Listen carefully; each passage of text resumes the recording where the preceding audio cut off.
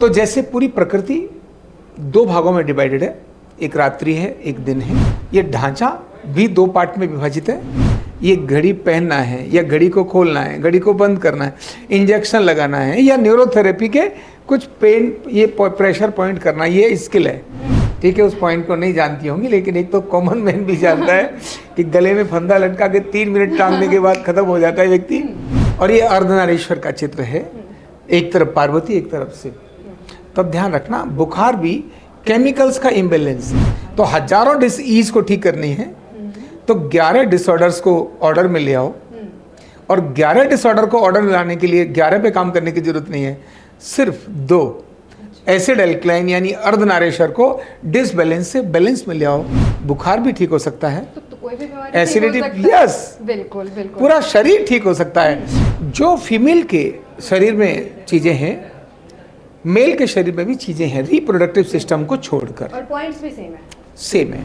हमारा आयुर्वेद कहता है, जो उसमें आयुर्वेद में स्वास्थ्य की परिभाषा है, समदोष समग्नेश समधातु मलक्रिय प्रसन्न आत्मेंद्रिय मनः स्वास्थ्य इति विधीयते।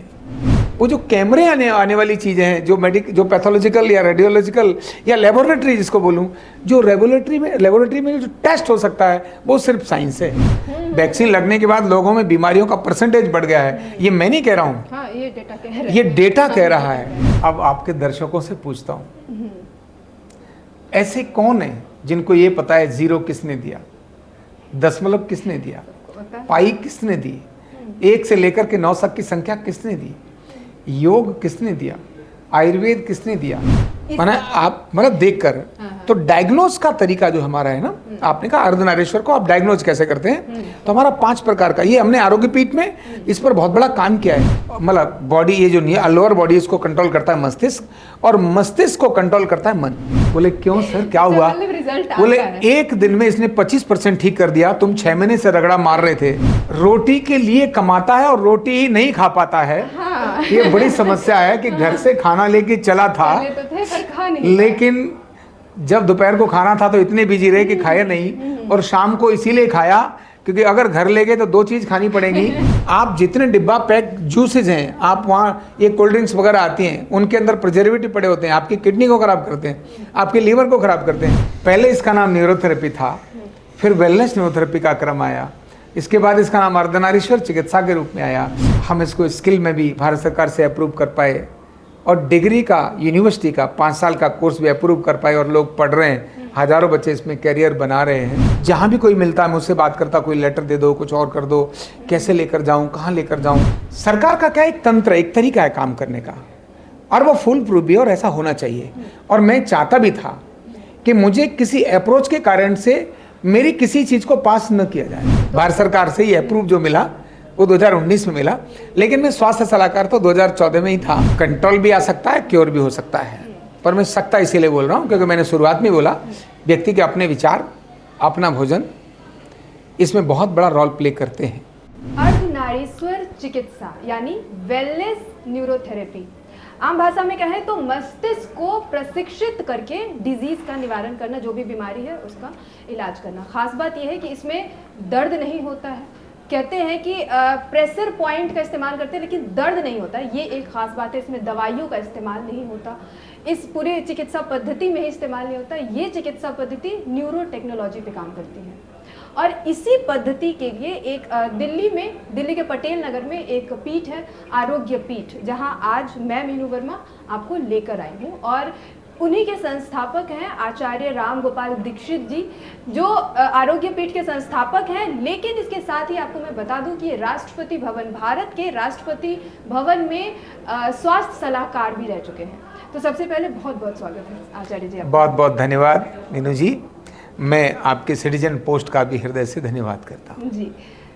आज हम जानना चाहेंगे इसी वेलनेस न्यूरोथेरेपी, अर्धनारीश्वर चिकित्सा पद्धति, ये क्या है, क्योंकि लोगों तक ज़्यादा इसकी जानकारी नहीं है। योग तो फिर भी लोग जान गए, पर ये जो नारी वाला जो है कि प्रेशर पॉइंट हम दबाते हैं और ठीक हो जाता है, वो कैसे ठीक हो जाता है? कैसे वो जो ब्लड फ्लो है वो कैसे चेंज हो जाता है, और उसमें शिक्षा कितना ज़रूरी है, क्योंकि यूट्यूब पे लोग सीख रहे हैं, तो क्या है वो? देखिए, इसको 2 प्रकार से लेते हैं। अर्धनारीश्वर चिकित्सा और वेलनेस न्यूरोथेरेपी दोनों का नाम लेते हैं। एक है प्राचीन विज्ञान जो बहुत पुराना हमारा विज्ञान है, और वेलनेस न्यूरोथेरेपी शब्द बोले तो इसको आजकल वैज्ञानिक तरीके से हम इसको शब्द प्रयोग कर सकते हैं। तो अर्धनारीश्वर चिकित्सा ये है क्या? तो जैसे पूरी प्रकृति 2 भागों में डिवाइडेड है, एक रात्रि है, एक दिन है, एक स्त्री है, एक पुरुष है, एक ठंडा है, एक गर्म है ना? तो 2 प्रकार से डिवाइडेड है और दोनों को मिलकर एक चीज बनती है। जब दोनों में मिली हुई चीजों में इम्बैलेंस हो जाता है तब प्रॉब्लम होती है। शरीर भी, अब मैं शरीर के बारे में बात करूं तो शरीर का जो ढांचा है, ये ढांचा भी 2 पार्ट में विभाजित है। जैसे शरीर का बायां हिस्सा अलग तरह से है, दायां हिस्सा अलग तरह से है। यानी जो रीढ़ पर पूरा शरीर जो टंगा है, दोनों पैरों पर हम खड़े हो जाएं, 2 पैर हैं, 2 हाथ हैं, 2 कान हैं, यहाँ से इधर और इधर दोनों भगवान ने समान डिवाइड किया है, बनाया है। ये ढांचा है जिसमें मसल्स भी हैं और बोन भी है। फिर है अंदर के केमिकल्स, जैसे ब्लड वेसल्स में जैसे ब्लड है तो ऑक्सीजनेटेड और डीऑक्सीजनेटेड दोनों तरह का ब्लड है। ऐसे नर्व है तो नर्व के अंदर एक मोटर और एक सेंसरी नर्व है। ऐसे ही केमिकल्स के अंदर और भी अगर देखें हम तो सिंपैथेटिक और पैरासिम्पैथेटिक नर्वस सिस्टम के पार्ट हैं। तो केमिकल्स में भी स्त्री और पुरुष दोनों के केमिकल्स शरीर में समान हैं। तो हमने इस प्रकार से बात बोली कि ढांचे और रसायन, यानी ये ढांचा और इंटरनल केमिकल्स ये संतुलित होने चाहिए और ये समान है। जब ये असंतुलित हो जाते हैं तो बीमारी होती है। तो ढांचे और रसायन को संतुलित करके उपचार करने की जो टेक्निक है उसको हम अर्धनारीश्वर चिकित्सा बोलते हैं, यानी वेलनेस न्यूरोथेरेपी बोलते हैं। Wellness neurotherapy. अच्छा, मैं आपको बता दूं कि मैं भी शब्द का इस्तेमाल न्यूरोथेरेपी कर रही थी। अब गवर्नमेंट ने ही, यानी भारत सरकार ने इसको वेलनेस न्यूरोथेरेपी किया है और ये आचार्य जी ने मुझे अभी अभी बताया है। तो अब मेरा जो सवाल है, जैसे मैं भी ना एक टाइम पे पियानो सीख रही थी तो मुझे पता चला जो मेरा राइट ब्रेन है वो लेफ्ट हैंड को और जो लेफ्ट ब्रेन है वो राइट हैंड को करता है और दोनों हाथ से बजाना, तो मैं कोऑर्डिनेट नहीं कर पा रही थी। तो कैसे इसकी शिक्षा तो फिर बहुत ज़रूरी हो गई, क्योंकि अगर सर में दर्द है तो पता चला नहीं कहीं और प्रेशर डालना है, तो कैसे करना होगा? देखिए, शिक्षा में नॉलेज और स्किल ये दोनों ही आनी चाहिए, एटीट्यूड भी आना चाहिए। 3 पार्ट है, नॉलेज, स्किल और एटीट्यूड। नॉलेज, स्किल का मतलब है मुझे कुछ काम को करना है ना, कुछ भी काम करना, जैसे कैमरा हैंडल करना है, या मुझे यहाँ बटन दबाना है, ये घड़ी पहनना है, या घड़ी को खोलना है, घड़ी को बंद करना है, इंजेक्शन लगाना है, या न्यूरोथेरेपी के कुछ पेन, ये प्रेशर पॉइंट करना, ये स्किल है। स्किल मतलब हुनर, जो हम करना जानते हैं। फिर आता है नॉलेज, जो हम कर रहे हैं ये क्या है, क्यों कर रहे हैं, ये नॉलेज आता है। तो स्किल और नॉलेज ये दोनों इनके तो काम चलता ही नहीं है। तीसरा पार्ट आता है एटीट्यूड, देखने का नजरिया। मान लो स्किल भी आ गई, नॉलेज भी आ गई, लेकिन देखने का नजरिया अगर ठीक नहीं है तो उसी का जो हमें उपयोग अच्छे काम के लिए करना चाहिए उसके लिए खराब काम के लिए भी कर लेगा। स्किल नॉलेज है लेकिन वहीं पर बैठा रहेगा, जबकि काम तो उसको बहुत बड़ा करना है। तो एटीट्यूड, तो स्किल, नॉलेज और एटीट्यूड तीनों का प्रशिक्षण इसके लिए बहुत आवश्यक है।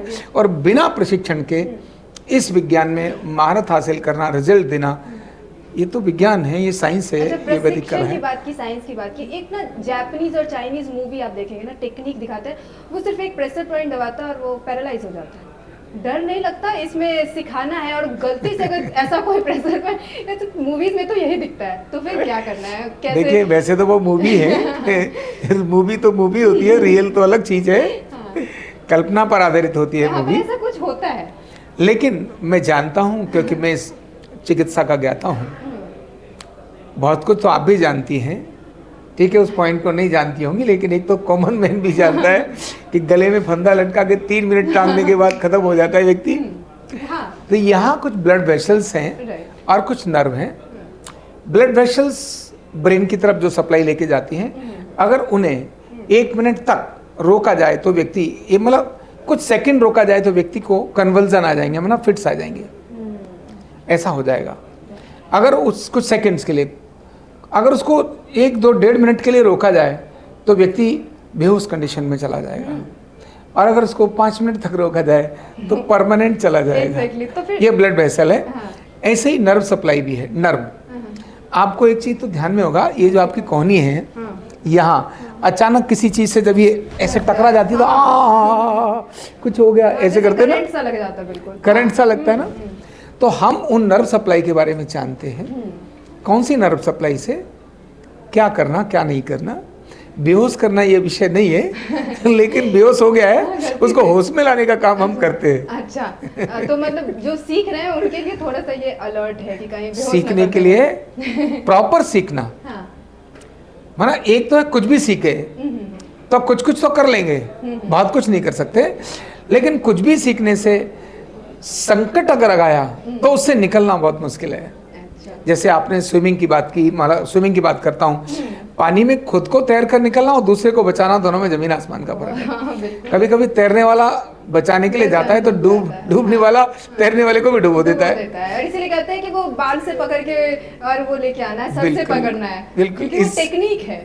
यस, कि इसीलिए डूबते हुए को कैसे बचाना है। बिल्कुल, इसीलिए इसकी स्किल, प्रॉपर जानकारी होना, प्रॉपर ट्रेनिंग होना, उसके पूरे कोड ऑफ कंडक्ट हैं जिनके हिसाब से ट्रेनिंग होना, उसका पूरा करिकुलम है, कोर्स करिकुलम है, उसी तरह से ट्रेनिंग होना, ये बहुत जरूरी है। अच्छा, ये तो बात होगी कि कैसे किस तरह से काम करता है इस पर, लेकिन लोगों को पता नहीं होता कि किस बीमारी के लिए ये न्यूरोथेरेपी, जो वेलनेस न्यूरोथेरेपी है, मैं फिर से करेक्ट कर लूँ, वेलनेस न्यूरोथेरेपी किस बीमारी के लिए जाना है? जैसे बुखार के लिए तो नहीं होगा, है?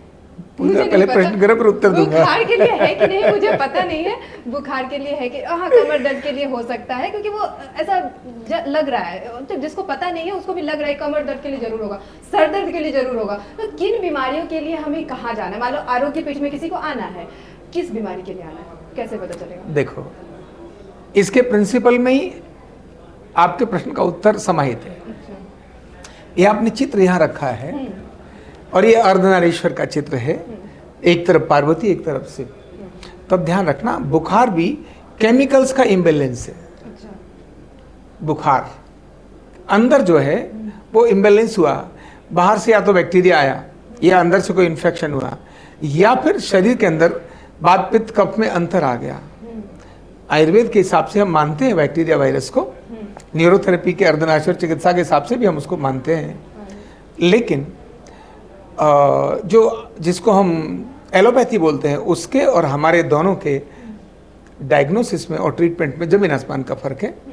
लेकिन आपने जो प्रश्न किया था कि क्या बुखार भी ठीक होता है, तो जब मैंने बात बोली, यहाँ मैं और तरह से समझा देता हूँ। बुखार एक डिसईज है, जब बुखार आता है तो हमारी ईज जो है थोड़ा खराब हो जाती है, मतलब अनईजी फील होना, अनईज हो जाते हैं हम, है ना, इजी नहीं होता, अनईजी हो जाता है ना, थोड़ा कठिन हो गया। तो ईज रहना चाहिए हमको, कंफर्ट में रहना चाहिए। अब डिस्कंफर्ट हो गए मतलब डिसईज हो गए, है ना। ये डिसईज क्यों हुआ? क्योंकि बॉडी में कुछ डिसबैलेंस हुआ। वायरस को आ रहा था, वायरस को आकर के वायरस को तुरंत हमारी लारी मार देती है, हमारे टॉन्सिल्स मार देते हैं, हमारी बॉडी की इम्यूनिटी उस वायरस को मार देती है, लेकिन वो नहीं मार रही है। इसका मतलब है कि अंदर सिस्टम के अंदर कुछ डिसबैलेंस हुआ। तो 11 सिस्टम है जिनमें कहीं डिसबैलेंस हुआ, किसी एक में भी डिसबैलेंस हो सकता है। इम्यूनिटी सिस्टम का डिसबैलेंस हुआ, इसीलिए वायरस आ गया। तो वायरस का आया क्योंकि डिसबैलेंस हुआ। अब डिसबैलेंस क्यों हुआ? मतलब डिसऑर्डर हुआ, ये डिसऑर्डर हुआ, यानी डिसईज आई, और ये वायरस के कारण से, कि वायरस क्यों अटैक कर पाया? क्योंकि किसी सिस्टम में डिसऑर्डर था।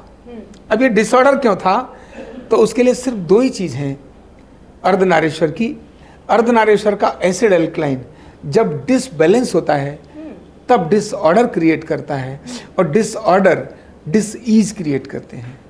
तो हजारों डिसईज को ठीक करनी है तो 11 डिसऑर्डर्स को ऑर्डर में ले आओ, और 11 डिसऑर्डर को ऑर्डर में लाने के लिए 11 पे काम करने की जरूरत नहीं है, सिर्फ 2 एसिड एल्कलाइन यानी अर्धनारीश्वर को डिसबैलेंस से बैलेंस में ले आओ।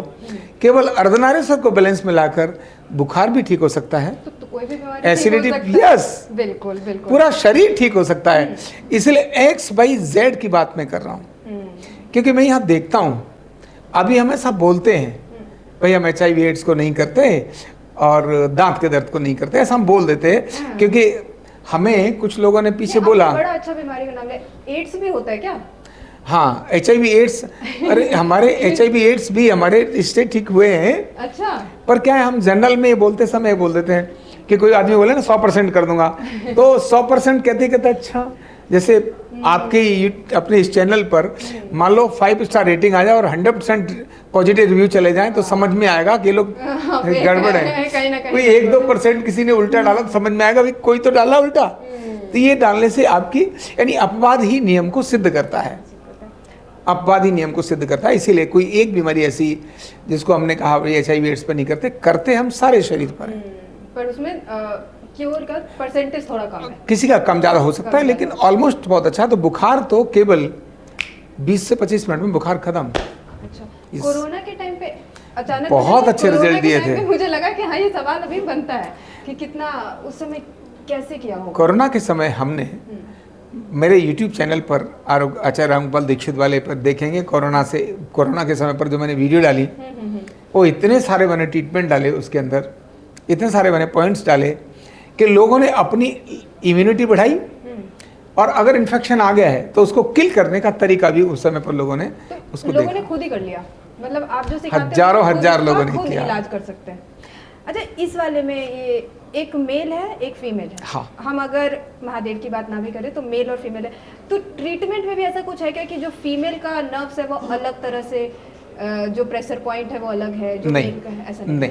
अच्छा, जो फीमेल के शरीर में चीज़ें हैं, मेल के शरीर में भी चीज़ें हैं, रिप्रोडक्टिव सिस्टम को छोड़कर। और पॉइंट्स भी सेम है?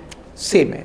जैसे हार्ट फीमेल को भी है, मेल को भी है, लिवर फीमेल को भी है, मेल को भी है, इंटेस्टाइन, डाइजेस्टिव सिस्टम, सारे सिस्टम, केवल एक एरिया को जिसके कारण मेल मेल है और फीमेल फीमेल है, रिप्रोडक्टिव सिस्टम को छोड़ दिया जाए तो बाकी सब ठीक। और उसमें भी आपको बताऊं, मेल के अंदर फीमेल के हार्मोन होते हैं रिप्रोडक्टिव सिस्टम वाले, और फीमेल के अंदर मेल के हार्मोन्स होते हैं।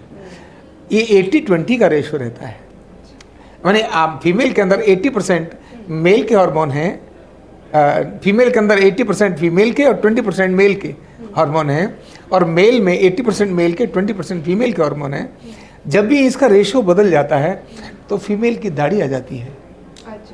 पता है ना, बहुत सी कई फीमेल हार्मोनल इम्बैलेंस बोलते हैं, वो उधर आता है। और अगर मेल को अगर वो आ जाए तो उसकी चाल ऐसे ऐसे हो जाती है ना। अच्छा, यही था मेरा अगला सवाल भी कि जो ये वेलनेस न्यूरोथेरेपी, जो डिजीज जिस तरह का मतलब जो इससे क्योर होता है, उसका मेन कारण क्या है? अगर कुछ ऐसा हम कर ले कि डिजीज हो ही ना, क्योंकि इसमें शायद ऐसा कुछ हो सकता है। क्योंकि यहाँ मैं एक संस्कृत का श्लोक आपको बोलता हूँ। हमारा आयुर्वेद कहता है, जो उसमें आयुर्वेद में स्वास्थ्य की परिभाषा है, समदोष समग्नेश समधातु मलक्रिय प्रसन्न आत्मेंद्रिय मनः स्वास्थ्य इति विधीयते। तो स्वास्थ्य इति विधीयते मतलब जहाँ स्वास्थ्य रहता है ना, उसको बोलते हैं समदोष। सभी दोष, वात पित्त कफ, तीनों दोष समान होने चाहिए। वात पित्त कफ, समदोष, समग्निश यानी हमारी जो अग्नियां हैं, यानी अपने जितने जठराग्नि उन सबको मिलाकर के अग्नियां हैं, ये अग्नियां समान होनी चाहिए। समधातु, 7 धातु हैं, रस रक्त मांस मेद अस्थि मज्जा शुक्र, 7 धातु समान होनी चाहिए। तो समदोष समग्निश समधातु मलक्रिय प्रसन्न आत्मा इंद्रिय मन। आत्मा इंद्रिय मतलब हमारी 10 इंद्रियां, और मन अगर ये प्रसन्न है तो स्वास्थ्य इत विधीयते, यही है हेल्थ, यही है स्वास्थ्य। तो जब हम इसकी बात करते हैं, ये सब ठीक चल रहे हैं, वात पित्त कफ आपके बैलेंस हैं, अग्नि आपकी बैलेंस हैं, धातुएं आपकी समान हैं, तो बीमारी आएगी नहीं। जो एजिंग फैक्टर है, जो प्रोसीजर है, जो जीन्स के कारण से चलता है, किन के कारण चलता है? जीन्स के कारण से चलता है। क्योंकि एजिंग फैक्टर, आज हम कहते हैं मनुष्य की उम्र 100 साल है, अब कोई 40 में मर जाए तो एजिंग मतलब इसको हम वो नहीं कह सकते, ये दुर्घटना एक्सीडेंटल, लेकिन 100 साल तक जीना है ऐसा आज का जीन बोलता है।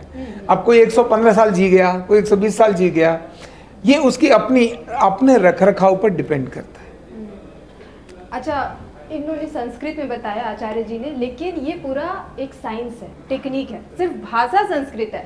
ये क्यों जरूरी पड़ता है? जैसे यहाँ भी है, आस्था जरूरी है, साइंस में भी तो आस्था हो सकती है ना। साइंस में आप सवाल पूछ सकते हैं, यहाँ पे भी हम महादेव के तस्वीर का इस्तेमाल कर रहे हैं, आस्था कहीं ना कहीं विश्वास जगाने के लिए लोगों को। मैं अभी आपके प्रश्न का बहुत आपने महत्वपूर्ण प्रश्न किया मीनू जी।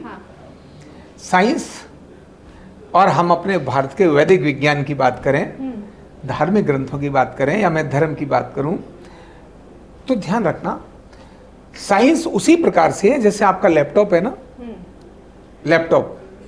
लैपटॉप का जो स्क्रीन है वो दिखाई देता है, लेकिन वो जो चल रहा है वो अंदर चल रहा है, सॉफ्टवेयर्स के अंदर चल रहा है। तो स्क्रीन तो बहुत छोटी चीज है, स्क्रीन पर बिना स्क्रीन के वो दिखाई नहीं देगा। इसको मैं ऐसे बोलूं कि जितनी भी भौतिक चीजें हैं, आप मुझसे बात कर रहे हो, आपका शरीर का होना जरूरी है, ठीक है ना, लेकिन आपके मन में क्या चल रहा है ये शरीर में दिखाई देगा नहीं। तो जो भौतिक जितनी सारी चीजें हैं वो सब पैथोलॉजिकल या मेडिकल जो आज का चीज है ना, यानी कैमरे में रिकॉर्ड होने वाली सारी चीजें है ना, उसको मैं भौतिक जगत बोलता हूं। और आज का विज्ञान सिर्फ भौतिक जगत पर काम करता है, जबकि उसको रन करने वाला अभौतिक जगत, उसको आज का विज्ञान नहीं देख पाता। यानी मेरे मन में क्या चल रहा है, मेरे विचारों में क्या चल रहा है, और मेरे मन में क्यों चल रहा है, क्योंकि भी आप यहाँ बैठी हैं, क्योंकि कभी कोई डिस्कस किसी से हुआ होगा, वो घटना आपको रन कर रही है। आज की मेडिकल साइंस क्या उसको प्रतिपादित कर सकती है? नहीं कर सकती है। ध्यान की गहरी अवस्था के अंदर, यानी मैं ध्यान को तो चलो मारो गोरी, ये जो स्ट्रेस डिप्रेशन जाते हैं तो वो अभी साइकोसोमेटिक डिजीज की बात करेंगे तो मैं बताऊंगा, लेकिन अभौतिक चीजें ये किसी कैमरे में नहीं आती हैं। आप साइंस जिसको बोलते हैं, वो जो कैमरे आने वाली चीजें हैं, जो पैथोलॉजिकल या रेडियोलॉजिकल या लेबोरेटरी जिसको बोलूं, जो लेबोरेटरी में जो टेस्ट हो सकता है वो सिर्फ साइंस है। पर हर चीज लेबोरेटरी में टेस्ट नहीं हो सकती है। बिलीव लेबोरेटरी में टेस्ट हो सकता है। मैं अगर किसी बच्चे को बोलूं कि बेटा जीन्स से तो देख लेंगे वो, लेकिन बिलीव को कैसे करेंगे? बिलीव को तो नहीं कर सकते। वो ये देख सकते हैं ये बच्चा इसी का है, इसके लिए जीन्स टेस्ट कर लो। ये हो सकता है, ऐसा कर सकते हैं। लेकिन रिश्तेदारियों में ये इसकी चाची है, ये इसकी मौसी है, इसकी ताई है, इसकी बुआ है, कौन सी लेबोरेटरी में टेस्ट होगा? नहीं हो सकता ना भाई। चाची, मौसी, बुआ, ताई, ताऊ, फूफा, ये सब लेबोरेटरी में तो नहीं हो सकते। ये बिलीव का विषय है। कहीं ना कहीं तो बिलीव जो है अभौतिक है, अभौतिक है, वो बड़ी चीज है। इसीलिए साइंस का रोल 10% से अधिक नहीं है, 90% बियॉन्ड द साइंस है। साइंस से बहुत पीछे है। तो क्या लगता है एलोपैथिक में जो दवाई है उस पे लोगों को भरोसा ज़्यादा है? मैं भी मानती हूँ इस बात को, ज़्यादा है। वो एक रीज़न है कि वो ज़्यादा काम कर जाता है लोगों को और लोग ज़्यादा एलोपैथी की तरफ भागते हैं? नहीं, ये पिछला 100 वर्ष, और मैं अगर बोलूँ 100-125 वर्ष की बात है, 150 वर्ष की बात है, बात ये इतना ही है। इस समय पर जो एलोपैथ ने आकर बाकी सबको सबसे ओवरकम किया, मतलब उनको हटा दिया और उन्हीं को प्रतिपादित किया गया एलोपैथ को, क्योंकि देश गुलाम था। वो जो कहते थे जैसे अंग्रेजी, अब संस्कृत ज्यादा अच्छी है या अंग्रेजी ज्यादा अच्छी है, तो कंप्यूटर कहता है संस्कृत ज्यादा अच्छी है। कौन कहता है? कंप्यूटर की भाषा। इंग्लिश पसंद नहीं करता कंप्यूटर, क्योंकि उसमें इतनी ज्यादा मिस्टेक्स हैं, बोलते कुछ है लिखता कुछ है। संस्कृत में जो लिखा जाता है वही बोला जाता है, और कंप्यूटर की भाषा संस्कृत है, इंग्लिश नहीं है। पर आज कॉमन बच्चा इंग्लिश ही बोलना चाहेगा। तो जो हमारे ऊपर जो बताया और हमारे दिमाग में बताया गया ना कि भैया ये एलोपैथी सबसे बड़ी है, यही साइंटिफिक है, ये बहुत गलत है। ये बहुत गलत है। एलोपैथ भी एक चिकित्सा है जैसे बाकी भी हो सकती है, लेकिन सब कुछ यही है ऐसा प्रतिपादित किया गया। और ये कहा गया एलोपैथ में जो ठीक नहीं हो सकता वो किसी से ठीक नहीं हो सकता। अब एलोपैथ के डॉक्टर्स भी और बाकी सब लोग मान रहे हैं कि भाई हम ही नहीं, दुनिया लोग करते, लेकिन भारत के लोगों में ये है, दुनिया के लोगों में ऐसा नहीं है। तो एलोपैथ की जब हम बात करें, केवल सुपरिटी कॉम्प्लेक्स होने के कारण वहां पर ऐसा है, जबकि एलोपैथ से बीमारियां ठीक होती नहीं। शुगर ठीक नहीं होती, जिंदगी भर गोली खाओ। थायराइड ठीक नहीं होता, जिंदगी भर गोली खाओ। ब्लड प्रेशर ठीक नहीं होता, जिंदगी भर गोली खाओ। एसिडिटी ठीक नहीं होती, जिंदगी भर गोली खाओ। डिप्रेशन ठीक नहीं होता, जिंदगी भर गोली खाओ। मतलब हर दवाई को जिंदगी भर खाओ, ये तो ठीक नहीं हुआ, बीमारी कहाँ ठीक हुई। तो इसलिए उसको इस तरह से लेना ठीक है कि जहाँ इमरजेंसी है, जहाँ सर्जरी की आवश्यकता है, और वहाँ बहुत आवश्यकता है सर्जरी की, तो अब बिना सर्जरी के ठीक हो जाए तो सर्जरी करना जरूरी है क्या? अगर लोगों को बिना दवाई के ठीक हो जाए तो दवाई लेना जरूरी है क्या? नहीं ना। यही हमें सबको मानने की जरूरत है। तो एलोपैथी सब कुछ नहीं है, लेकिन क्योंकि चमक धमक बहुत रही, एक एलोपैथ का डॉक्टर बनने के लिए लाखों लाख रुपए खर्च होते हैं पढ़ने के लिए, और दूसरे वाला बेचारा, तो इसीलिए उन्होंने जानकर उसकी वैल्यू रखी, जानकर। ऐसा नहीं रिसर्च नहीं किया, ऐसा नहीं अनुसंधान नहीं किया, एलोपैथी ने अपने को ग्रो किया, डेवलप किया। लेकिन और अच्छी बात है, ये खराब नहीं है। जिस तरह से उन्होंने अपना अध्ययन किया, शरीर के विज्ञान में पढ़ा, जो शोध किए, वो ठीक है, मैं उसको अप्रिशिएट करूंगा। लेकिन उनको इतना ही कहना जरूरी है कि भाई जो हमने शोध किया है, हमारा निष्कर्ष ये है, ये हमारा निष्कर्ष है। इसके अलावा जो दूसरे लोग हैं उनका भी निष्कर्ष हो सकता है। यही था मेरा एक सवाल कि ये वैदिक काल से चलता आ रहा है न्यूरोपैथ, और जो एलोपैथिक है वो भी कुछ नया है, उसके हिसाब से बहुत नया है। लेकिन जब जैसे कोरोना जैसा महामारी आता है, कहाँ पे लैग कर गया, ये उतना नहीं बढ़ पाया कि लोग सोचे कि यार हम घर बैठे बिना दवाई खाए ठीक हो सकते हैं। लोग मर रहे हैं और वेट कर रहे हैं कि वैक्सीन कब बन जाए। तो कहाँ पे लैग कर रहा है ये? मैं ये आपकी बात बोलूँगा कि देखिए, जब कोरोना की बात छोड़ दो, बहुत सारी चीज़ें कैसी मैनिपुलेटेड होती हैं, अब समझ में आ रहा है। वैक्सीन लगने के बाद लोगों को हार्ट अटैक भी बहुत अधिक हो रहा है। वैक्सीन लगने के बाद लोगों में बीमारियों का परसेंटेज बढ़ गया है। ये मैं नहीं कह रहा हूँ, हाँ, ये डेटा कह रहा है। ये डेटा कह रहा है। और बेटा झूठ बोल सकता है, डेटा झूठ नहीं बोल सकता। बिल्कुल समझ आ रही है ना? तो इसीलिए वो क्या कह रहे हैं वो बहुत मैटर करता है। तो लेकिन कोरोना या किसमें भी ये जो कह देना कि भैया वैक्सीन कहाँ थी, एक ऐसा नहीं।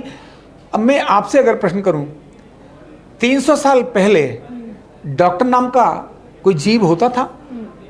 300 वर्ष पहले डॉक्टर नाम का कोई जीव होता था क्या? नहीं होता था। नहीं नहीं नहीं, ये एलोपैथिक डॉक्टर नाम का प्राणी था ही नहीं। एलोपैथिक नहीं था। 200 साल पहले, 300 साल पहले एलोपैथ नाम का प्राणी नहीं था, जीव नहीं था। तो जब डॉक्टर नाम का प्राणी नहीं था तो लोग बीमार नहीं होते थे क्या? होते थे। तो क्या उनका इलाज नहीं होता था? तो क्या वो ऐसे ही मतलब चौरे में सड़े मर जाते थे कि लोग? नहीं। ये बहुत अंडर एस्टिमेट किया है भारत के विज्ञानों को। सबसे पहली सर्जरी भारत में आप और हम जितने भारतीय लोग हैं, जिसको प्रथम पूज्य बोलते हैं ना, गणेश जी, उनकी हुई थी। आज का विज्ञान सोचने से पहले ही लुढ़कने की तैयारी में आता है कि किसी, यानी इंसान के हेड ट्रांसप्लांट तो बात की, न्यूरो ट्रांसप्लांट की तो बात ही नहीं होती। और वो भी किडनी ट्रांसप्लांट करना हो तो फैमिलियन कुछ मांगते हैं, और अगर ट्रांसप्लांट भी कर रहे हैं तो सामने वाले की इम्यूनिटी खत्म कर देते हैं, नहीं तो वो किडनी को एक्सेप्ट नहीं करेगा। आप सोचिए कितनी बड़ी सर्जरी हुई होगी कि हाथी के बच्चे का सिर किसी इंसान के बच्चे के सिर पर लगा दिया, और वो वैसे ही काम कर रहा है, और वैसे ही नहीं काम कर रहा है, उससे अद्भुत काम कर रहा है, जिसको कह रहे हैं प्रथम पूज्य। गणेश जी क्या है? प्रथम पूज्य बोलते हैं ना। तो हम वो हैं। और इतना ही नहीं है, मैं अभी आज ही बात कर रहा था, आज जैसे शरद पूर्णिमा का उत्सव है और हम बात कर रहे थे अमृत की, तो नाभि में रावण में अमृत स्थापित किया गया था, और वो नाभि में किया था मंदोदरी ने, विभीषण ने किया था, लाई थी मंदोदरी, लेकिन विभीषण ने उसमें स्थापित किया था नाभि के अंदर शल्य चिकित्सा करके। तो सुश्रुत भारत के ऋषि रहे, हजारों वर्षों से भारत की चिकित्सा रही है। युद्ध हम जानते हैं, महाभारत युद्ध हुआ, बाकी सारे युद्ध हुए, रात को खूब लड़ रहे हैं, दाड़ दाड़ खूब चल रहा है, शाम रात को नहीं दिन में लड़ाई हो रही है, किसी को भाला लग रहा है, किसी को तीर लग रहा है, और रात को अपने अपने सब जाते हैं, दवाइयों का लेप होता है, चिकित्सा होती है, अगले दिन सब नॉर्मल होके आ जाते हैं।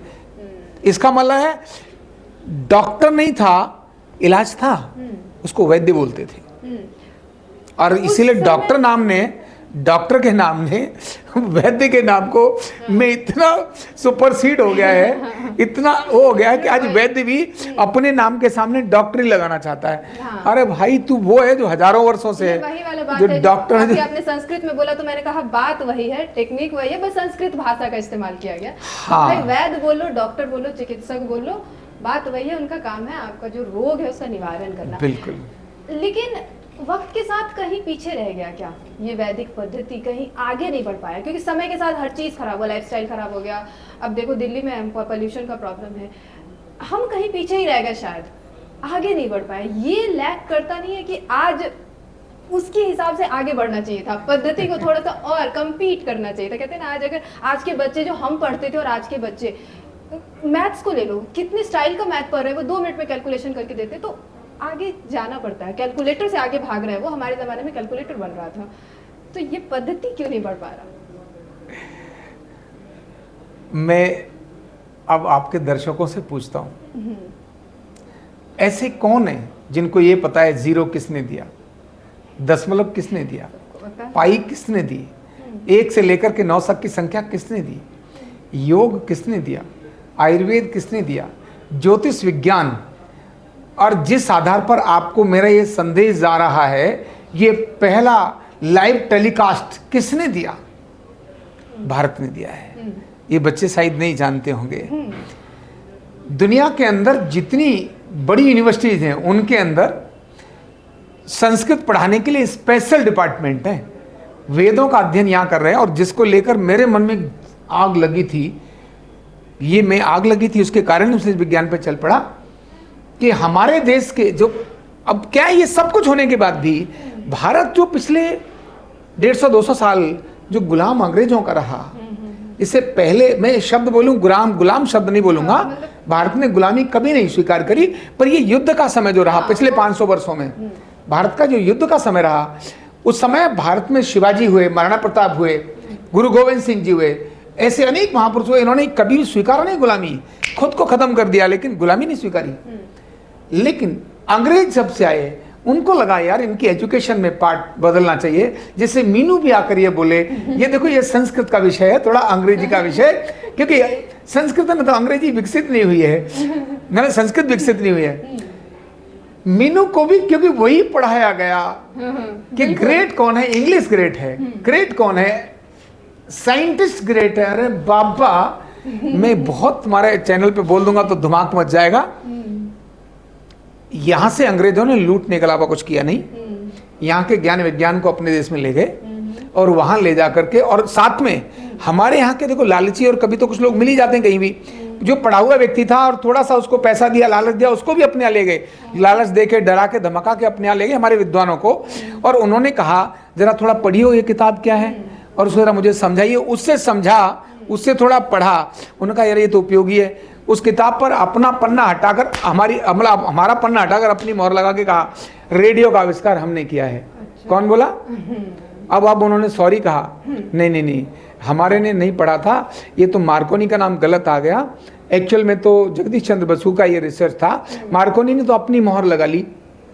मार्कोनी इटली के लोगों ने एक्सेप्ट कर लिया, पर भारत के लोग आज भी कहते हैं रेडियो का आविष्कार किसने किया? मार्कोनी ने।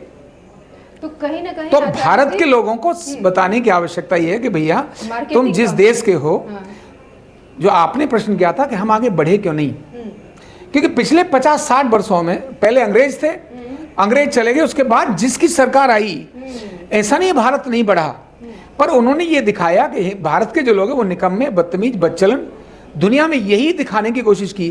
किसने कहा कि गीता पढ़ो? अंग्रेजों ने गीता पढ़ करके मैनेजमेंट दुनिया को सिखाया, पर जैसे ही अंग्रेजी में सिखाया, योग बाहर गया, योगा बन के जब वापस आया, तब हमको लगा योगा कर रहे हैं, हम योग नहीं कर रहे। समझ आ रही ना? विवेकानंद जब तक भारत में रहा, किसी ने घास नहीं डाली। अमेरिका और बाकी जगह जाके बाहर से अंग्रेजी में बोलकर आते हैं, जरा करते, तो भारत के लोगों ने कहा भाई स्वामी जी आए। तो जो अंग्रेजियत का एक भूत हमारे देश में रहा, हम विकसित रहे केवल पिछले 50-60-70-75 साल की बात बोले, जब से हम स्वतंत्र हुए तब से बोलूं, तब से ये जो एक माहौल मानसिकता पर डाला गया, इसीलिए हमें ऐसा लगा हम विकसित नहीं हुए। भारत पहले भी ज्ञानवान था, भारत आज भी ज्ञानवान है, और भारत आगे भी ज्ञानवान रहेगा, क्योंकि भारत के जीन्स में, अब ये जो न्यूरोथेरेपी की बात मैं कर रहा हूँ, अर्धनारीश्वर चिकित्सा को न्यूरोथेरेपी बोलनी पड़ी। क्यों बोलनी पड़ी? अब वो अंग्रेजी में लोगों को ज्यादा समझ आ रहा है। हाँ, क्योंकि मानसिकता ही अंग्रेजी थी। अब वो अंग्रेजी में सीखने वाले को मैं बोलूँ ऐसा अर्धनारीश्वर चिकित्सा वाला टक मार के भगा दिया। संस्कृत को आप तो खैर अभी कम उम्र है, अपने पिताजी को अगर पूछेंगे आप, तो उनको संस्कृत में जो 5वीं 6वीं क्लास तक 8वीं क्लास तक सुभाषित पढ़ाए जाते थे। आपने पढ़े क्या सुभाषित स्कूल में?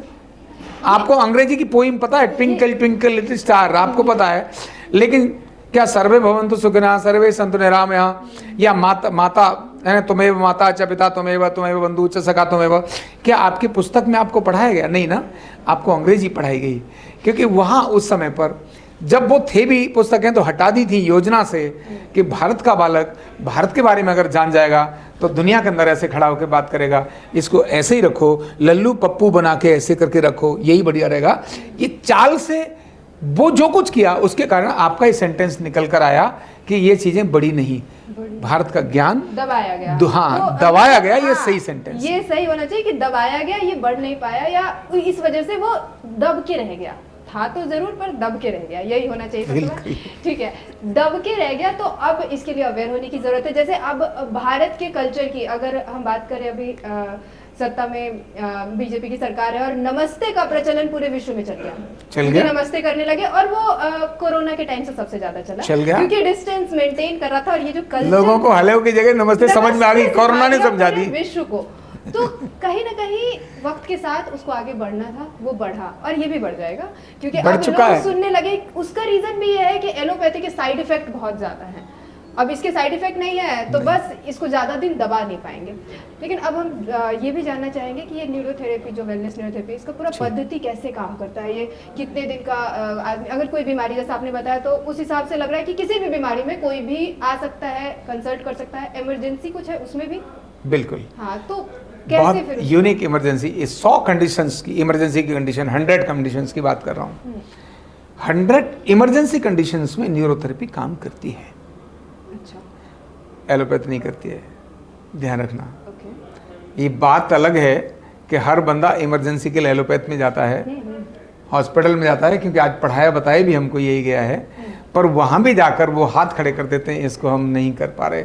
जैसे पैरालिसिस हो गया, वो कुछ नहीं कर सकते, पैरालिसिस हो गया और दवाई दे दी तो जिंदगी भर वो ऐसे ही रहेगा, गया काम से, उसको नहीं कर सकते वो। हाँ, इतना है, वो उस समय पर उसको मरने से पहले हार्ट को पंप करने के लिए कुछ कर लेंगे, ब्लड प्रेशर हाई है उसको डाउन कर लेंगे, वो सब कर लेंगे, लेकिन उस इमरजेंसी में डील नहीं कर सकते। इमरजेंसी की बात की, एक डिजीज ऐसा हम देखते हैं, वेंटिलेटर पे कुछ लोग होते हैं और उसके बाद वो बच नहीं पाते। ये अचानक आपकी बात से मुझे लगा, तो ऐसा कुछ हो सकता है, कोई वेंटिलेटर पे, डॉक्टर ने कह दिया भाई 2 घंटे का वक्त है, अगर न्यूरोथेरेपी का सहारा उस समय लिया जाए, क्योंकि वैसे भी 2 घंटे का ही समय, ऐसा बहुत देखा गया है कि वेंटिलेटर पे कुछ हो सकता है। देखिए, यहाँ एक बहुत थोड़ा कंट्रोवर्शियल ये क्वेश्चन आ जाएगा लेकिन फिर भी आपको बता देता हूँ। देखिए, एलोपैथ में मैं ये नहीं कहता हूँ, मैंने पहले भी बोला, वो एक पद्धति है, वो चिकित्सा है, अच्छी है, मैं उसको अप्रिशिएट करता हूँ। मैंने ये भी बोला कि वहाँ बहुत अध्ययन हुआ है, वहाँ बहुत रिसर्च की है, वहाँ लोगों ने 5-5 साल 10-10 साल 20-20 साल डूब करके काम किया है, नो डाउट। इतना पिछले 100 वर्षों में आयुर्वेद में, 200 वर्षों में आयुर्वेद में नहीं हुआ है, क्योंकि आयुर्वेद साइड कर दिया था। पर आयुर्वेद अपने आप में एक पूर्ण डेवलप विज्ञान है, पूर्ण डेवलप विज्ञान है आयुर्वेद। बस सिर्फ लोगों को जानना है। यस, जानना है और गर्व करना है। जैसे ही उस पर हम गर्व करके आगे बढ़ेंगे, तब थोड़े समय के बाद पता चल जाएगा वेंटिलेटर की आवश्यकता ही नहीं है।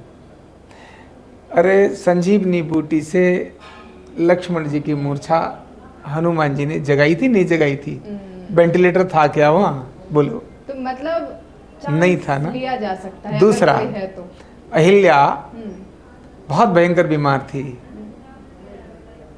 डिप्रेशन में आ गई थी, वहाँ वेंटिलेटर था क्या? नहीं था ना। राम जी ने ठीक किया ना उसको, बोलो? तो वेंटिलेटर 300 वर्षों से है, 300 वर्षों भी नहीं, मैं कहूँगा हो सकता है 100 सालों से होगा वेंटिलेटर। मैं अच्छा मानता हूँ, खराब नहीं मानता हूँ, लेकिन हमारा ऐसा नहीं, इसका मतलब भारत में आपातकालीन स्थितियों से निपटने के लिए बात अलग, ये अलग बात है। एलोपैथिक डॉक्टर का कॉन्फिडेंस है उसमें, चाहे वो मर रहा हो तो भी उसको कॉन्फिडेंस है, अपने विज्ञान पर उसको उतना गर्व और कॉन्फिडेंस भरा है। इतना ही आयुर्वेद में वो कॉन्फिडेंस की कमी की गई है, आयुर्वेद के चिकित्सक में पारंपरिक चिकित्सकों में। अब हम इस बात को करते हैं, ये जो मैं पुस्तकें लिखी हैं, अब ये जो आप पुस्तक देख रहे हैं, ये जो इतनी मोटी पुस्तक लिखी है, ये अर्धनारीश्वर चिकित्सा न्यूरोथेरेपी के ट्रीटमेंट की पुस्तक है। इसको जब बच्चे पढ़ेंगे, जब इसको पढ़ेंगे तब इसके बाद वो भी कहेंगे सर हम भी इमरजेंसी में डील कर सकते हैं। और जैसा मैंने कहा, और मेरे सामने ऐसी स्थितियां आई हैं जिनको मैंने डील किया है, मैं अपनी बात बता रहा हूँ। शायद वो वेंटिलेटर पर ले जाकर 18-20 दिन के अंदर उसके बाद कहते हैं नमस्ते, और हमने वेंटिलेटर पे जाने से पहले इसको ठीक करके वापस भेज दिया। अच्छा, आपने 18-20 दिन बोला, कितने मतलब बीमारी के हिसाब से सत्र, क्योंकि यहाँ भी नहीं, वो एलोपैथ का है, वो ज़्यादा जानते हैं कि कितने दिन वेंटिलेटर पे रखना चाहिए, उसको मैं नहीं बात करूँगा। नहीं, ये अर्धनारीश्वर चिकित्सा पद्धति में मैं कहती हूँ, और किसी बीमारी के लिए कितने दिन का, या बीमारी के हिसाब से होता है, उसके लेवल के हिसाब से किस लेवल पे पहुँच चुका है बीमारी, हाँ, ट्रीटमेंट कैसे होता है? बिल्कुल, आपने कहा कि आखिर रोग कितने दिनों में ठीक हो जाएगा। आपका प्रश्न ये था कि अगर अर्धनारीश्वर चिकित्सा न्यूरोथेरेपी में कोई ट्रीटमेंट लेने आता है तो कितने दिन में कोई व्यक्ति ठीक हो जाएगा।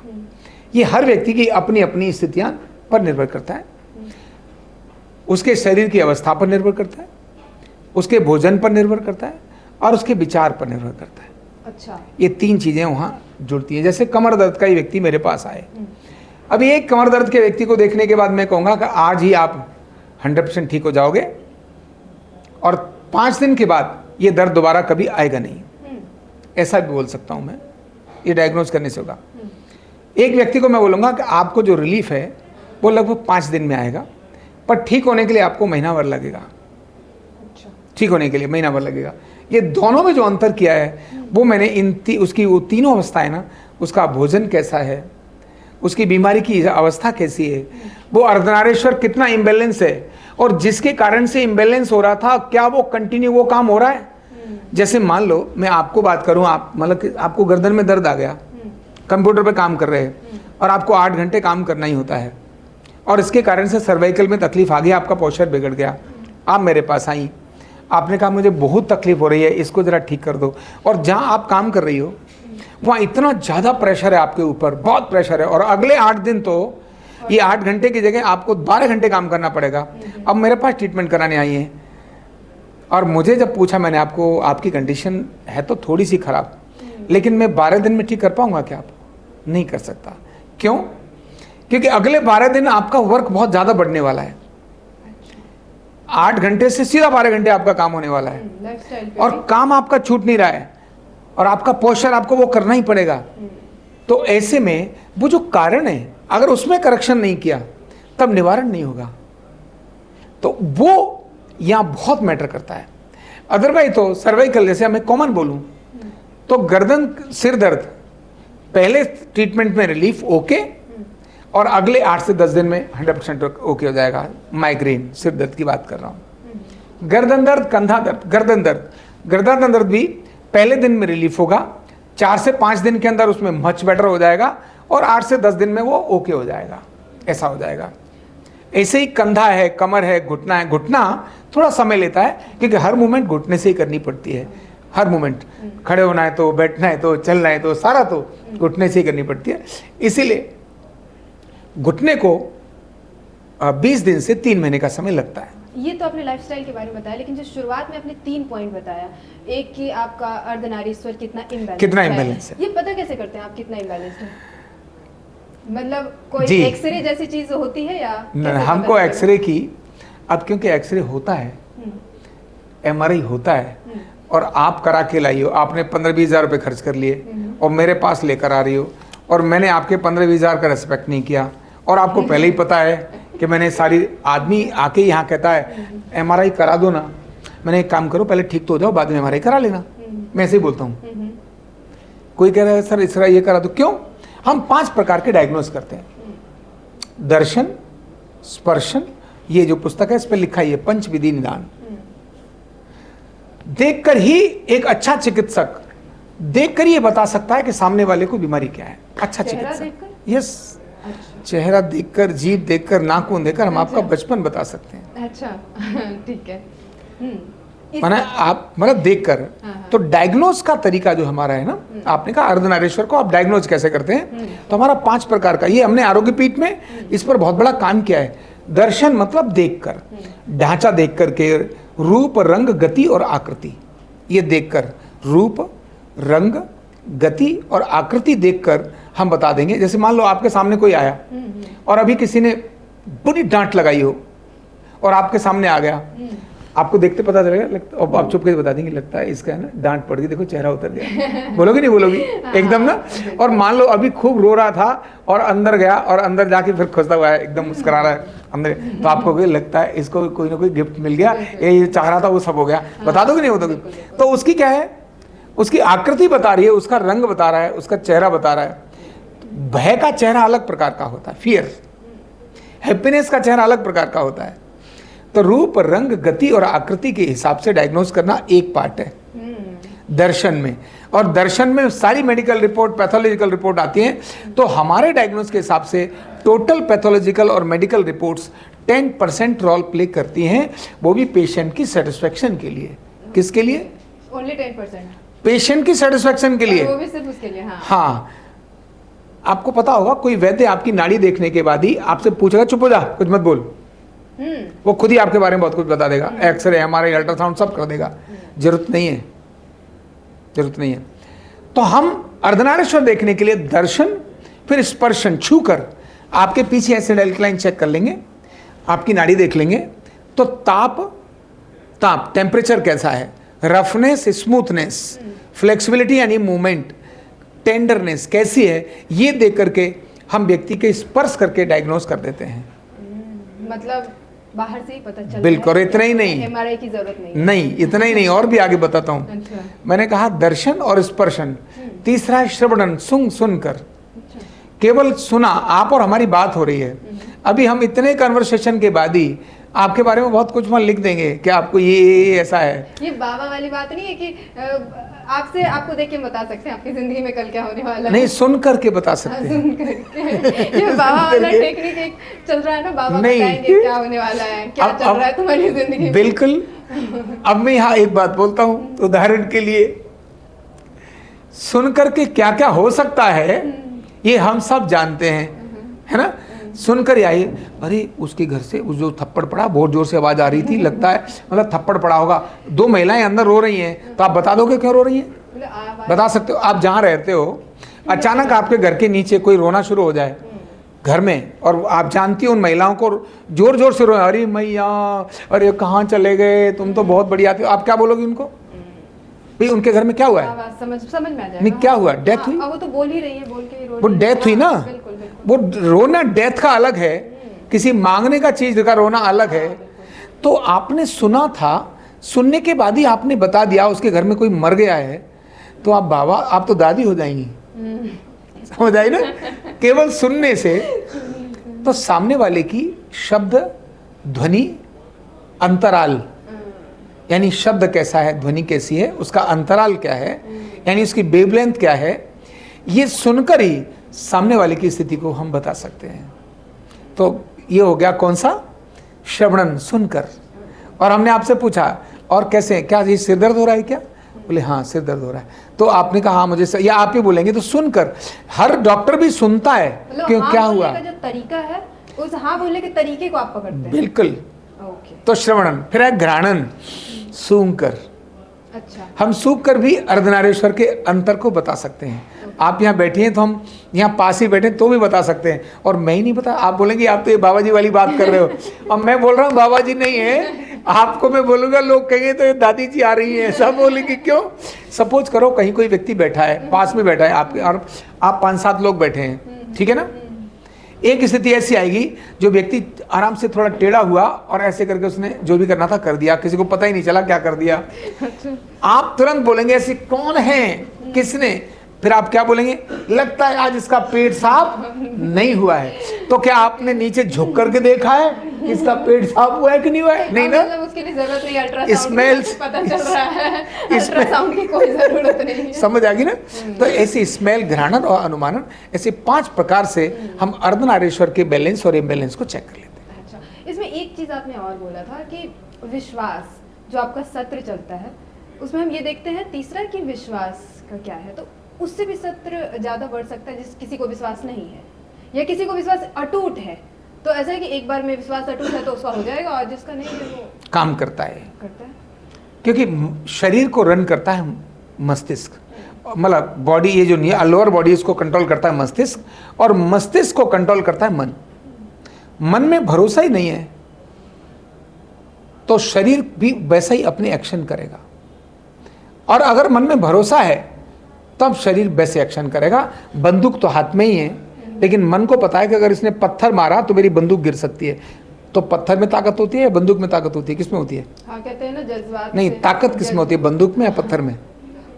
बंदूक में ही होगी, की स्पीड में। बंदूक में ना वो स्पीड जो जिस स्पीड से जाता है, और शायद इसीलिए बिल्कुल वही टेक्निक है। तो बंदूक में ताकत है, पत्थर में नहीं है।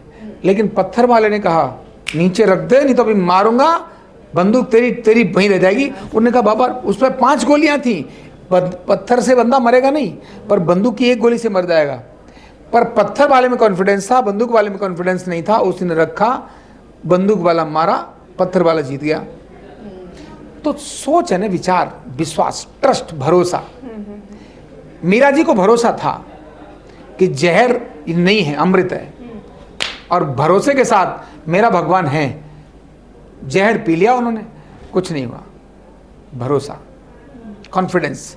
तो अगर भरोसा किसी के प्रति आता है ना, तो प्रभाव बहुत अधिक होता है। अच्छा, इतने सारे लोगों का इलाज कर रहे हैं, अभी आपने मीरा का नाम लिया, भरोसा था, जहर पी लिया, कुछ नहीं हुआ। अगर किसी को भरोसा बिल्कुल हो ही नहीं रहा, आप इलाज, ऐसा कोई केस हुआ है कि भरोसा है ही नहीं, उसको इलाज किए जा रहे हैं, काम ही नहीं कर रहा क्योंकि भरोसा ही नहीं है, तो फिर क्या, कैसे काम करता है वो? करता है। मैं गंगाराम के अंदर था, शुरुआत में वहाँ एक डॉक्टर ठीक हुई थी, उनको चिकनगुनिया था, उसमें उनको रिलीफ हो गया। तो उनके जो सीनियर डॉक्टर थे वो बहुत सीनियर थे, और वो इन सब पर तो बिलीव ही नहीं करते थे। वो कहते क्या योगा योगा सब बड़ा, कुछ नहीं होता ऐसा करके। तो भी डॉक्टर के कहने से, वो जो उनकी बेटी जैसी थी, बहुत कम उम्र थी उसकी, और ये बहुत बड़े थे, उन्होंने कहा कि नहीं सर प्लीज़ कर लीजिए ना, ये कराते कराते कर लीजिए ना। उन्होंने तो मेरे से करा लिया ट्रीटमेंट। अभी आज जो ट्रीटमेंट लेकर गए, उनको बैक पेन था बहुत दिनों से। उन्होंने कहा सर प्लीज़ एक बार करा लीजिए ना। तो उनके कहने के बाद, न चाहने के बाद, उन्होंने कहा मार गोली करा ले, चल तू कहती है तो करा लेता हूँ। उन्होंने करा लिया, और करा के वो घर गए, और अगले दिन फिर आए, और मैं जब ट्रीटमेंट उनको कर रहा था, और वो डॉक्टर और वो दूसरे आ गए, तो दोनों पूछते हैं सर कैसा रहा? तो वो उसकी तरफ ऐसे करके कहते हैं तेरी नौकरी तो गई। बोले क्यों सर, क्या हुआ? बोले 1 दिन में इसने 25% ठीक कर दिया, तुम 6 महीने से रगड़ा मार रहे थे। तो क्या था, ट्रस्ट नहीं था।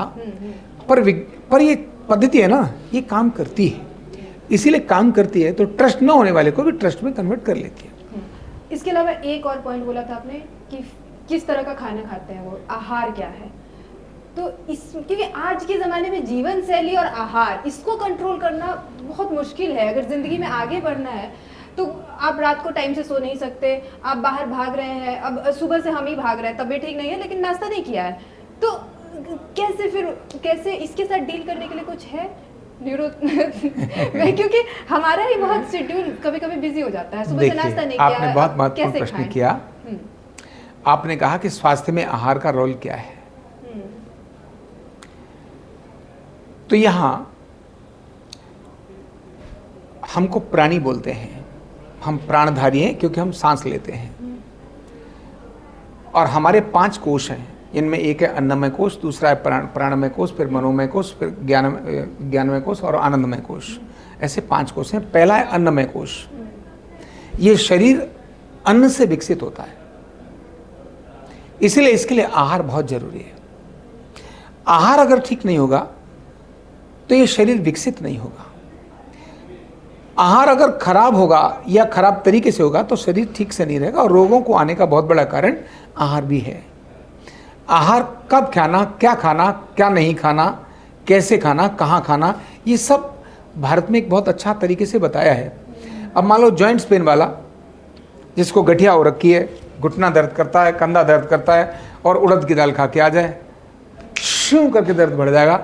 क्योंकि ये आहार ही हमारे तीनों वात पित्त कफ को बैलेंस और इम्बैलेंस करते हैं। 7 धातुओं में पहली धातु जो रस धातु है वो हमारे आहार से बनती है। फिर रस से रक्त बनता है, फिर उससे रस रक्त मांस बनता है, फिर मेद बनता है, फिर अस्थि बनती है, फिर शुक्र, ऐसा करके बनता है आगे।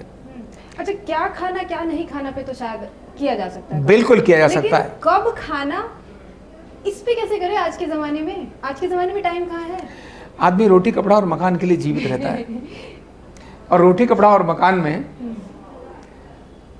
रोटी के लिए कमाता है और रोटी ही नहीं खा पाता है। हाँ। ये बड़ी समस्या है कि घर से खाना लेके चला था, पहले तो थे पर खा नहीं। लेकिन जब दोपहर को खाना था तो इतने बिजी रहे कि खाया नहीं, और शाम को इसीलिए खाया क्योंकि अगर घर ले गए तो दो चीज खानी पड़ेगी, खाना भी खाना पड़ेगा और डांट भी खानी पड़ेगी। तो ये भोजन के लिए मैं यह एक अपने साथ मानता हूँ, कभी हो जाए तो अलग बात है, अगर सप्ताह में एक दिन हो गया कोई बात नहीं, वो तो उपवास भी रख लेते हैं, दिक्कत नहीं है, लेकिन एक ही दिन ठीक हुआ और 5 दिन खराब हुआ ये नहीं होना चाहिए। भोजन का जो समय है वो आपको भोजन के समय चाहे कुछ भी मिल जाए आप खा लो, और 3 समय भोजन का बहुत आवश्यक है, सुबह दोपहर और शाम। हाँ, आप अगर इतने योगी हैं, आप इतने तनाव मतलब रिलैक्स रहते हैं, कूल रहते हैं, काम रहते हैं, तब आपको एक समय भोजन भी चलेगा। आपने केवल 4 बजे भोजन करते हैं या 5 बजे भोजन करते हैं तो इतना भी चलेगा, लेकिन उसके लिए आप शांत रहना बहुत ज़रूरी है। आपका दिनचर्या बहुत बढ़िया यूनिक होना बहुत ज़रूरी है, लेकिन आप मेहनत करते हैं, चिंता भाग दौड़ सब करते हैं, तो आपको 3 बार भोजन करना बहुत ज़रूरी है, अदरवाइज तो गैस बनेगी और बहुत सारी बीमारियां हो जाएंगी। इसलिए कॉमन मैन को आपके चैनल से एक संदेश देना बहुत ज़रूरी है कि भोजन का समय जो निर्धारित है, सुबह नाश्ता अच्छा करिए, दोपहर का लंच खाइए और शाम का भोजन आप ठीक से 6, साढ़े 6, 7 बजे तक कर लीजिए। मैं कहता हूँ 8 बजे तक कर लीजिए, इससे लेट मत करिए। ऐसे ही रात को दाल दही सलाद फल मत खाइए, कभी खा लिया तो चलेगा, कभी रात को 12 बजे खाया तो भी चलेगा, पर लेट नाइट भोजन मत करिए। लेट नाइट भोजन करेंगे तो आपको वायु बनेगी, वायु के कारण अनेक सारे दर्द आते हैं। अगर आपका कफ बढ़ गया तो आपके शरीर में मोटापा आ जाएगा। जो फैटी लिवर की बात करते हैं वो सब क्या है?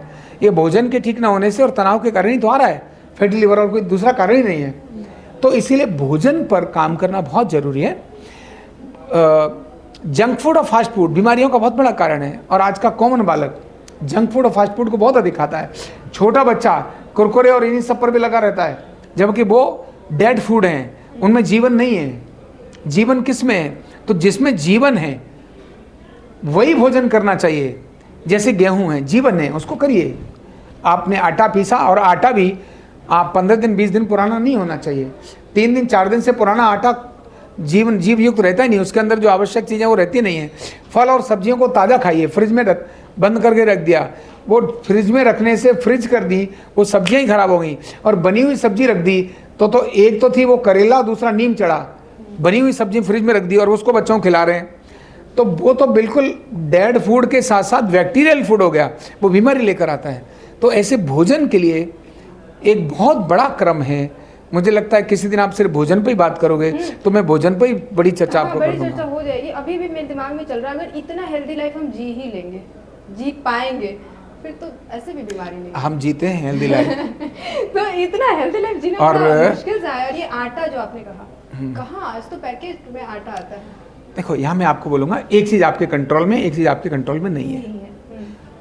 आटा गेहूं उत्पन्न करना आपके कंट्रोल में नहीं है, क्योंकि आप किसान नहीं हो, आप यहाँ दिल्ली में रहते हो, ठीक है ना। आटा किस चक्की में पिस रहा है ये आप सोच सकते हो, भाई इस चक्की का ठीक नहीं है, मैं इस चक्की से लेकर आऊँगा। जो पड़ोस की चक्की उसको ले आओ ना, जरूरी है आप पैकेट वाला ही आटा लेकर आना है, पड़ोस का लेकर आ जाओ। ऐसे ही तो जो कंट्रोल, जैसे सब्जी है, आटा है, जो आपके कंट्रोल में है। आप मार्केट में जा रहे हैं, मार्केट में जाके भी आपने सड़ी हुई सब्जी उठाई, तो ये तो आपके कंट्रोल में था, तो भी आपने वैसा ही किया। आप उसमें से देखिए, पुरानी सब्जी नहीं, मैं नई सब्जी लूँगा, मुरझाई हुई सब्जी नहीं लूँगा, मैं ताज़ा सब्जी लूँगा, उठा के लाओ। आपके कंट्रोल में है। हर दूसरे दिन तीसरे दिन सब्जी बाजार से ले आओ, एक दिन लाकर ही फ्रिज में भर के रख देना, ये क्यों करना फिर? तो जो आपके कंट्रोल में है हेल्दी लाइफ, आप फास्ट फूड की जगह पर गुड फूड्स खाइए, ड्राई फ्रूट्स खाइए, कोई नुकसान नहीं करेगा। ये बड़ा अच्छा टर्म था, फास्ट फूड की जगह गुड फूड खाइए। बिल्कुल, आप ड्राई फ्रूट्स खाइए। आप जितने डिब्बा पैक जूसेज हैं, आप वहाँ ये कोल्ड ड्रिंक्स वगैरह आती हैं, उनके अंदर प्रिजर्वेटिव पड़े होते हैं, आपकी किडनी को ख़राब करते हैं, आपके लीवर को ख़राब करते हैं, आपके सिस्टम को डैमेज करते हैं। इनकी जगह पर आप नींबू लाइए ना, काट के घर में थोड़ा बनाइए, तो आपके कंट्रोल में बनाइए। नहीं है तो आप रस निकाल के पैक कर लीजिए, एक बोतल में रख लीजिए, जब भी चाहो पानी लो, चीनी, जो भी मीठा मिलाना है खाओ पियो, क्या दिक्कत है।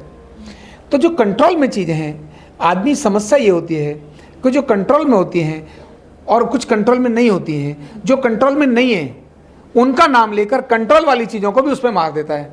जैसे प्रधानमंत्री को क्या करना चाहिए, सरकार को क्या करना चाहिए, वो फलाने नेता को क्या करना चाहिए, ये सब बोलेंगे। भाई तुझे क्या करना चाहिए अगर ये पूछें तो बोले नहीं, भाई सफाई कर्मचारी आकर एमसीडी वाले करके चले जाएंगे, समझ में आती है, पर तू भी अपने घर से कूड़ा लेकर गली में फेंकेगा, तू जाके डस्टबिन में डाल कर आएगा, ये भी तो हो सकता है। गंदा तू करे और उनको एमसीडी वालों को सफाई कर देगा, सफाई नहीं करते, ये नहीं करते, गंदा किसने किया? तो तेरे कंट्रोल का काम तो हर व्यक्ति को अपने कंट्रोल, भोजन का आपके कंट्रोल का जो भोजन है उसको अपने कंट्रोल का भोजन करिए। जो नहीं है भाई, उसमें अब कोई सब्जी आई उसके अंदर इंजेक्शन लगा हुआ आता है, मान लिया मेरे कंट्रोल में नहीं है, पर मैंने वही सब्जी क्यों लेनी जो इंजेक्शन में लग जाती है? इतना तो पता है ना कौन सी सब्जी पे इंजेक्शन नहीं है। पत्ते में थोड़ा इंजेक्शन लगा हुआ, बोलो। टिंडे में इंजेक्शन नहीं है, लौकी में इंजेक्शन हो सकता है, लौकी में हो सकता है। कद्दू, सीताफल जो आता है उसमें इंजेक्शन नहीं है। जो सब्जी लंबे समय तक बिना एयर कंडीशन के रखी जा सकती होगी, फल और सब्जी, ध्यान रखना वो बिना इंजेक्शन के होंगे। इस मुद्दे पर हम एक दिन जरूर बात करेंगे, पूरा वीडियो बनाएंगे। लेकिन आज फिलहाल मैं अभी और पूछूंगी कि अब तक हमने पॉजिटिव बातें की है कि कैसे ये काम करता है, किस तरह का बीमारी, जो आपने बताया उसके हिसाब से हर तरह की बीमारी में, लेकिन फिर भी जो हमारे व्यूअर्स होंगे उसमें कई लोग होंगे जो बैठ के सोच रहे हैं ये हमारे लिए नहीं है, तो कोई ऐसा है जिनके लिए सच में ये नहीं है? ये न्यूरोथेरेपी आपने कहा कि जो बीमारी है उसी के लिए होगा। मैं कहता हूँ भाई जो बीमार नहीं हो ना उनके लिए भी न्यूरोथेरेपी है, क्योंकि 99%, 1-2% तो इसीलिए भी छोड़ देता हूँ क्योंकि मैं भी उनमें से आता हूँ और कुछ लोग और भी होंगे। 99% लोगों का अर्धनारेश इम्बैलेंस होता है। नाभि चेक करके देख लो, ये चेक करके देख लो, नाभि ये इम्बैलेंस होगी तो 99% लोगों का, और उन्हें पता ही नहीं है, अभी बीमारी नहीं है, अभी आपको कोई बीमारी नजर नहीं आ रही है, अब आपको डिस, आपकी ईज जो है वो डिस नहीं है, पर थोड़े दिनों के बाद ईज डिस हो जाएगी। तो प्रिवेंशन के लिए भी न्यूरोथेरेपी है और ट्रीटमेंट के लिए भी न्यूरोथेरेपी है। इसीलिए जिस दिन बालक पैदा हुआ है उस दिन से लेकर जिस दिन वो सांस अंतिम लेगा तब तक हर व्यक्ति अर्धनारीश्वर चिकित्सा न्यूरोथेरेपी के दायरे में आता है। ये तो न्यूरोथेरेपी पे हमने अच्छे से बात की। अब इसी क्षेत्र में, क्योंकि ये आपका आरोग्य पीठ इसमें सिखाता भी है लोगों को, बिल्कुल, तो मगर उस पर बात करें कि कितना इसका करियर आगे चल के क्या है, फ्यूचर क्या है? लोग सिर्फ अपने लिए सीख रहे हैं, लोग इस तरह के पीठ और भी खोल सकते हैं, और वो मतलब कितना रिस्की हो सकता है ये सब कुछ जानना चाहेंगे शायद। जी बिल्कुल। तो सीखने के मामले में अगर मैं आपको बताऊं, कैरियर के मामले में, तो मैं आजकल ये बात अपने सारे बच्चों को भी कहता हूं, क्योंकि ये भारत सरकार से अप्रूव्ड कोर्स है, भारत सरकार से अप्रूव्ड कोर्स है और इसकी पूरी पुस्तकें भी सारी बनी हैं। न्यूरोथेरेपी यानी अर्धनारीश्वर चिकित्सा से सर्वोत्तम कैरियर मुझे दूसरा कोई नज़र आता नहीं है। और मैं अपने अनुभव के आधार पर बता रहा हूँ मीनू जी, अपने अनुभव के आधार पर बता रहा हूँ। क्यों? मैं यहाँ कंपेयर थोड़ी सी कर दूँ एलोपैथ जगत, मतलब चिकित्सा जगत को और नॉन चिकित्सा जगत में ये न्यूरोथेरेपी का कैरियर, ये तीनों में थोड़ा कंपेयर करूँ तो पहला आता है व्यक्ति की स्टडी के वर्ष कितने होते हैं। तो किसी भी चिकित्सा जगत की पढ़ाई करने के लिए हम जाएं तो हमें 5 साल से कम पढ़ करके एक अच्छे प्रैक्टिशनर्स, अनुभवी प्रैक्टिशनर्स नहीं बन सकते, प्रोफेशनल प्रैक्टिशनर्स नहीं बन सकते। ऐसे तो डिप्लोमा कर लिया साल 2 साल का तो भी कोई व्यक्ति कर लेता है, लेकिन वो बहुत कोई एक्सपर्ट्स में से नहीं आता, कुछ गुजारा कर लेगा, है ना।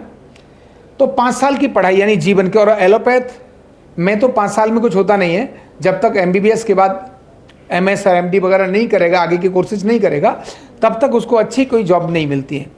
दूसरा इसमें आते खर्चे, बाकी इन सब की कंपेयर करते समय कोई भी पढ़ाई करने के लिए जाओ उसको 8-10 लाख रुपए से कम कोई भी प्रोफेशनल कोर्स होता नहीं है।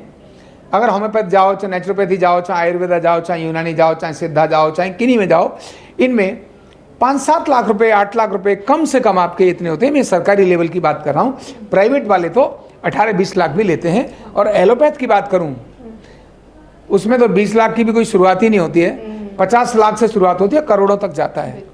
सरकार में पढ़ने वाला बालक भी, जिसको सरकार सब कुछ देने के लिए तैयार होती है, गवर्नमेंट सीट वाला, वो भी 8-10 लाख रुपए खर्चा कर ही लेता है, किताबों में ही आ जाता है और बाकी सब में भी लग जाता है। और फिर भी इतना सब के बाद भी कैरियर बहुत कोई सुरक्षित हो गया ऐसा नहीं होता, वो आमदनी कितनी करेगा वो भी आवश्यक नहीं है। फिर सीखने के आने के बाद भी उसे इन्वेस्टमेंट करना पड़ता है सिस्टम खड़ा करने के लिए।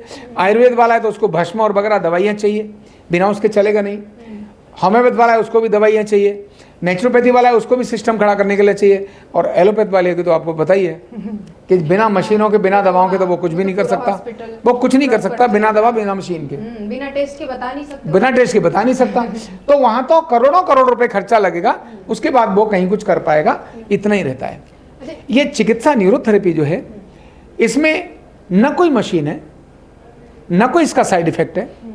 सीखने में 6 महीने का स्किल का कोर्स है, जिसके बाद आप कमाना शुरू कर दो गारंटी के साथ, और 5 साल 4.5 साल का इसका डिग्री कोर्स है, जिसके अंदर ये दर्शन, स्पर्शन, श्रवणन, ग्रहणन, अनुमानन, ये सारी जो किताब रखी हैं, ये सब किताब, ये तो ट्रेलर एक ही है, ऐसी और भी है। इन सब का अध्ययन, मतलब नॉलेज और स्किल में आप बहुत वाश होने चाहिए, एकदम परफेक्ट होने चाहिए, जिससे आप हर सिचुएशन पर डील कर सकें। वेंटिलेटर की बात करी, वहाँ भी डील कर सकें, इमरजेंसी डील कर सकें, उसके लिए आपका अध्ययन, नॉलेज और स्किल का बहुत ज़रूरी है। तो 5 साल की स्टडी करें, लेकिन 6 महीने के अंदर सीख कर एक बालक, खर्चा कितना, तो ना के बराबर, मतलब परसेंटेज में भी कहीं नहीं आता। माना स्किल का अगर मैं खर्चा बोलूँ, सरकारी स्किल का 6 महीने के कोर्स का अगर बोलूँ, ऑनलाइन वाला पढ़ाई करता है, तो केवल 45-50 हज़ार रुपये, यानी 47,000 रुपये टोटल खर्चा उसका आ गया। 2 साल भर में 2 मोबाइल खत्म कर देता है, इतने का तो बालक। तो केवल इतनी कॉस्ट में, और तुरंत उसमें से आजीविका आती है। अब कोई बालक सीखने के बाद, मैंने कहा पहले तो इसमें सीखने में खर्चा नहीं है, बहुत थोड़ा है। फिर कोई स्ट्रीम जरूरी नहीं है कि उसको साइंस ही चाहिए, ऐसा आवश्यक नहीं है, बिना साइंस के व्यक्ति इसमें ले सकता है एडमिशन। फिर उसके पास बीमारी का इलाज करने का स्कोप बहुत बड़ा है, क्योंकि बिना दवा, बिना साइड इफेक्ट के इलाज करता है, और न्यूरोथेरेपी का रिजल्ट बहुत अधिक है। तो इसीलिए कैरियर की दृष्टि से बहुत यूनिक है, और क्योंकि कभी भी और कहीं भी परिणाम दिखाएगा, उसके लिए ऐसा नहीं है। मैंने तो देखा है जहाज में भी, अगर मेरे YouTube चैनल को आप देखेंगे तो उसमें जहाज में मैंने लोगों को ठीक किया। यूरोप की सबसे ऊंची जो चोटी है, उसमें मैंने वहाँ इलाज किया, बर्फ़ के -40 डिग्री टेम्परेचर पर एक व्यक्ति का मैंने इलाज किया। हाँ, वहाँ पर इलाज किया। समुद्र तल में गोवा में जाने के बाद वहाँ पर मैंने इलाज किया। अचानक वहाँ व्यक्ति को खराबी हो गई तो वहाँ दिक्कत हुई। यानी जहाज में भी किया, बस में भी किया, कार में भी किया, मेट्रो में भी किया, कहाँ नहीं इलाज हो सकता, हर समय व्यक्ति इलाज कर सकता है, क्योंकि इसके लिए किसी मशीन की, किसी वस्तु की जरूरत नहीं है। सामने वाले को ठीक करने का स्किल इस व्यक्ति को आना चाहिए।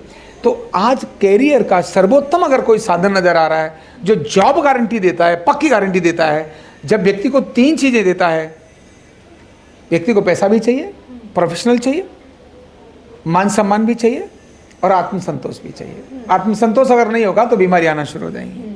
पैसा इस बात को सुन के ना मुझे वो YouTube का जो थंबनेल आता है ना, 0 इन्वेस्टमेंट पे कमाए लाखों, बिल्कुल यही है, कुछ वैसा वाला मुझे याद आ गया।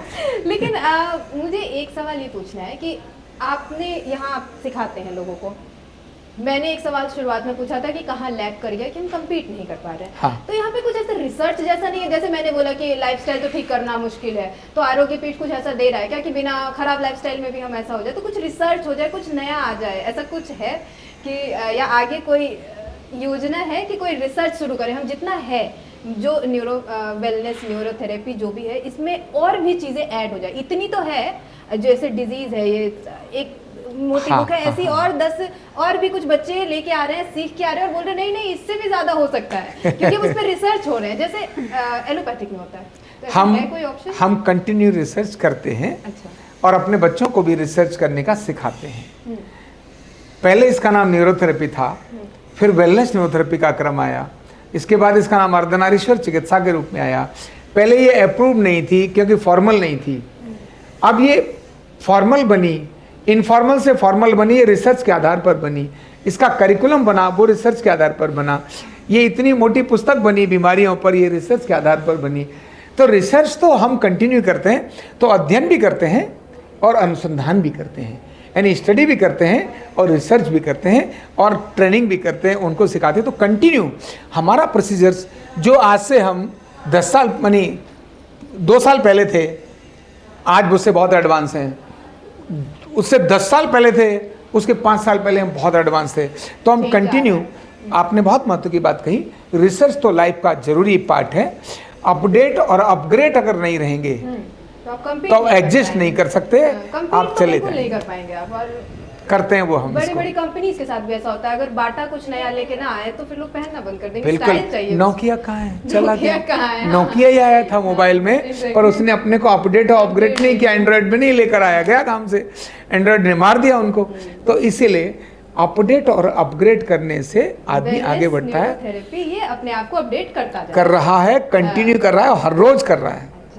हम कुछ डिजीज पे भी बात करेंगे, लेकिन उससे पहले मैं आपसे ये जानना चाहूंगी, इतना आपका करियर लंबा है, सिखा भी रहे, कोई ऐसा किस्सा जो आपको याद हो कि भाई ये तो बड़ा मुश्किल था और मैंने कर दिखाया, या फिर काश हम कर पाते, ऐसा कोई एक जो नहीं कर पाए शायद, कोई ऐसा है? ऐसे तो मेरी जिंदगी ऐसे किस्सों से ही भरी पड़ी है। अच्छा। क्यों? कोई एक सामान्य से विज्ञान को जहाँ लोग जानते नहीं थे, पूजनीय डॉक्टर लाजपत राय मेहरा जी जो मेरे गुरु जिनसे मैंने सीखा, तब गिने चुने हम कुछ लोग थे, और तब से लेकर आज हम इसको स्किल में भी भारत सरकार से अप्रूव कर पाए, और डिग्री का यूनिवर्सिटी का 5 साल का कोर्स भी अप्रूव कर पाए, और लोग पढ़ रहे हैं, हजारों बच्चे इसमें कैरियर बना रहे हैं। ये कैरियर में तो मेरे जीवन में किस्से ही किस्से जुड़े हैं। मुझे ध्यान में है कि मेरे सामने बहुत बड़े चैलेंज आते थे जब ये प्रैक्टिस में, मतलब मेरे सामने तो कम आए लेकिन आते थे, पर मेरे बहुत साथियों के साथ आते थे। तुम कहाँ से पढ़े हो, डिग्री दिखाओ। तो मेरे मन को एक कचोटता था कि ये भारत का विज्ञान है, इतना अद्भुत रिजल्ट देता है, और हम एक ही बात कहते थे, डिग्री छोड़ो, क्या पढ़े छोड़ो, तुमको बीमारी क्या है, उसको ठीक करेंगे। तो जो रोगी था वो तो ठीक होकर हमारा बनता था, पर जो बाकी पढ़े लिखे लोग थे वो कहते थे अच्छा डिग्री नहीं है, कोई प्रोटोकॉल नहीं है, कोई ऐसा है, तो बड़ा उपेक्षा के भाव में मुझे झेलना पड़ता था ऐसा।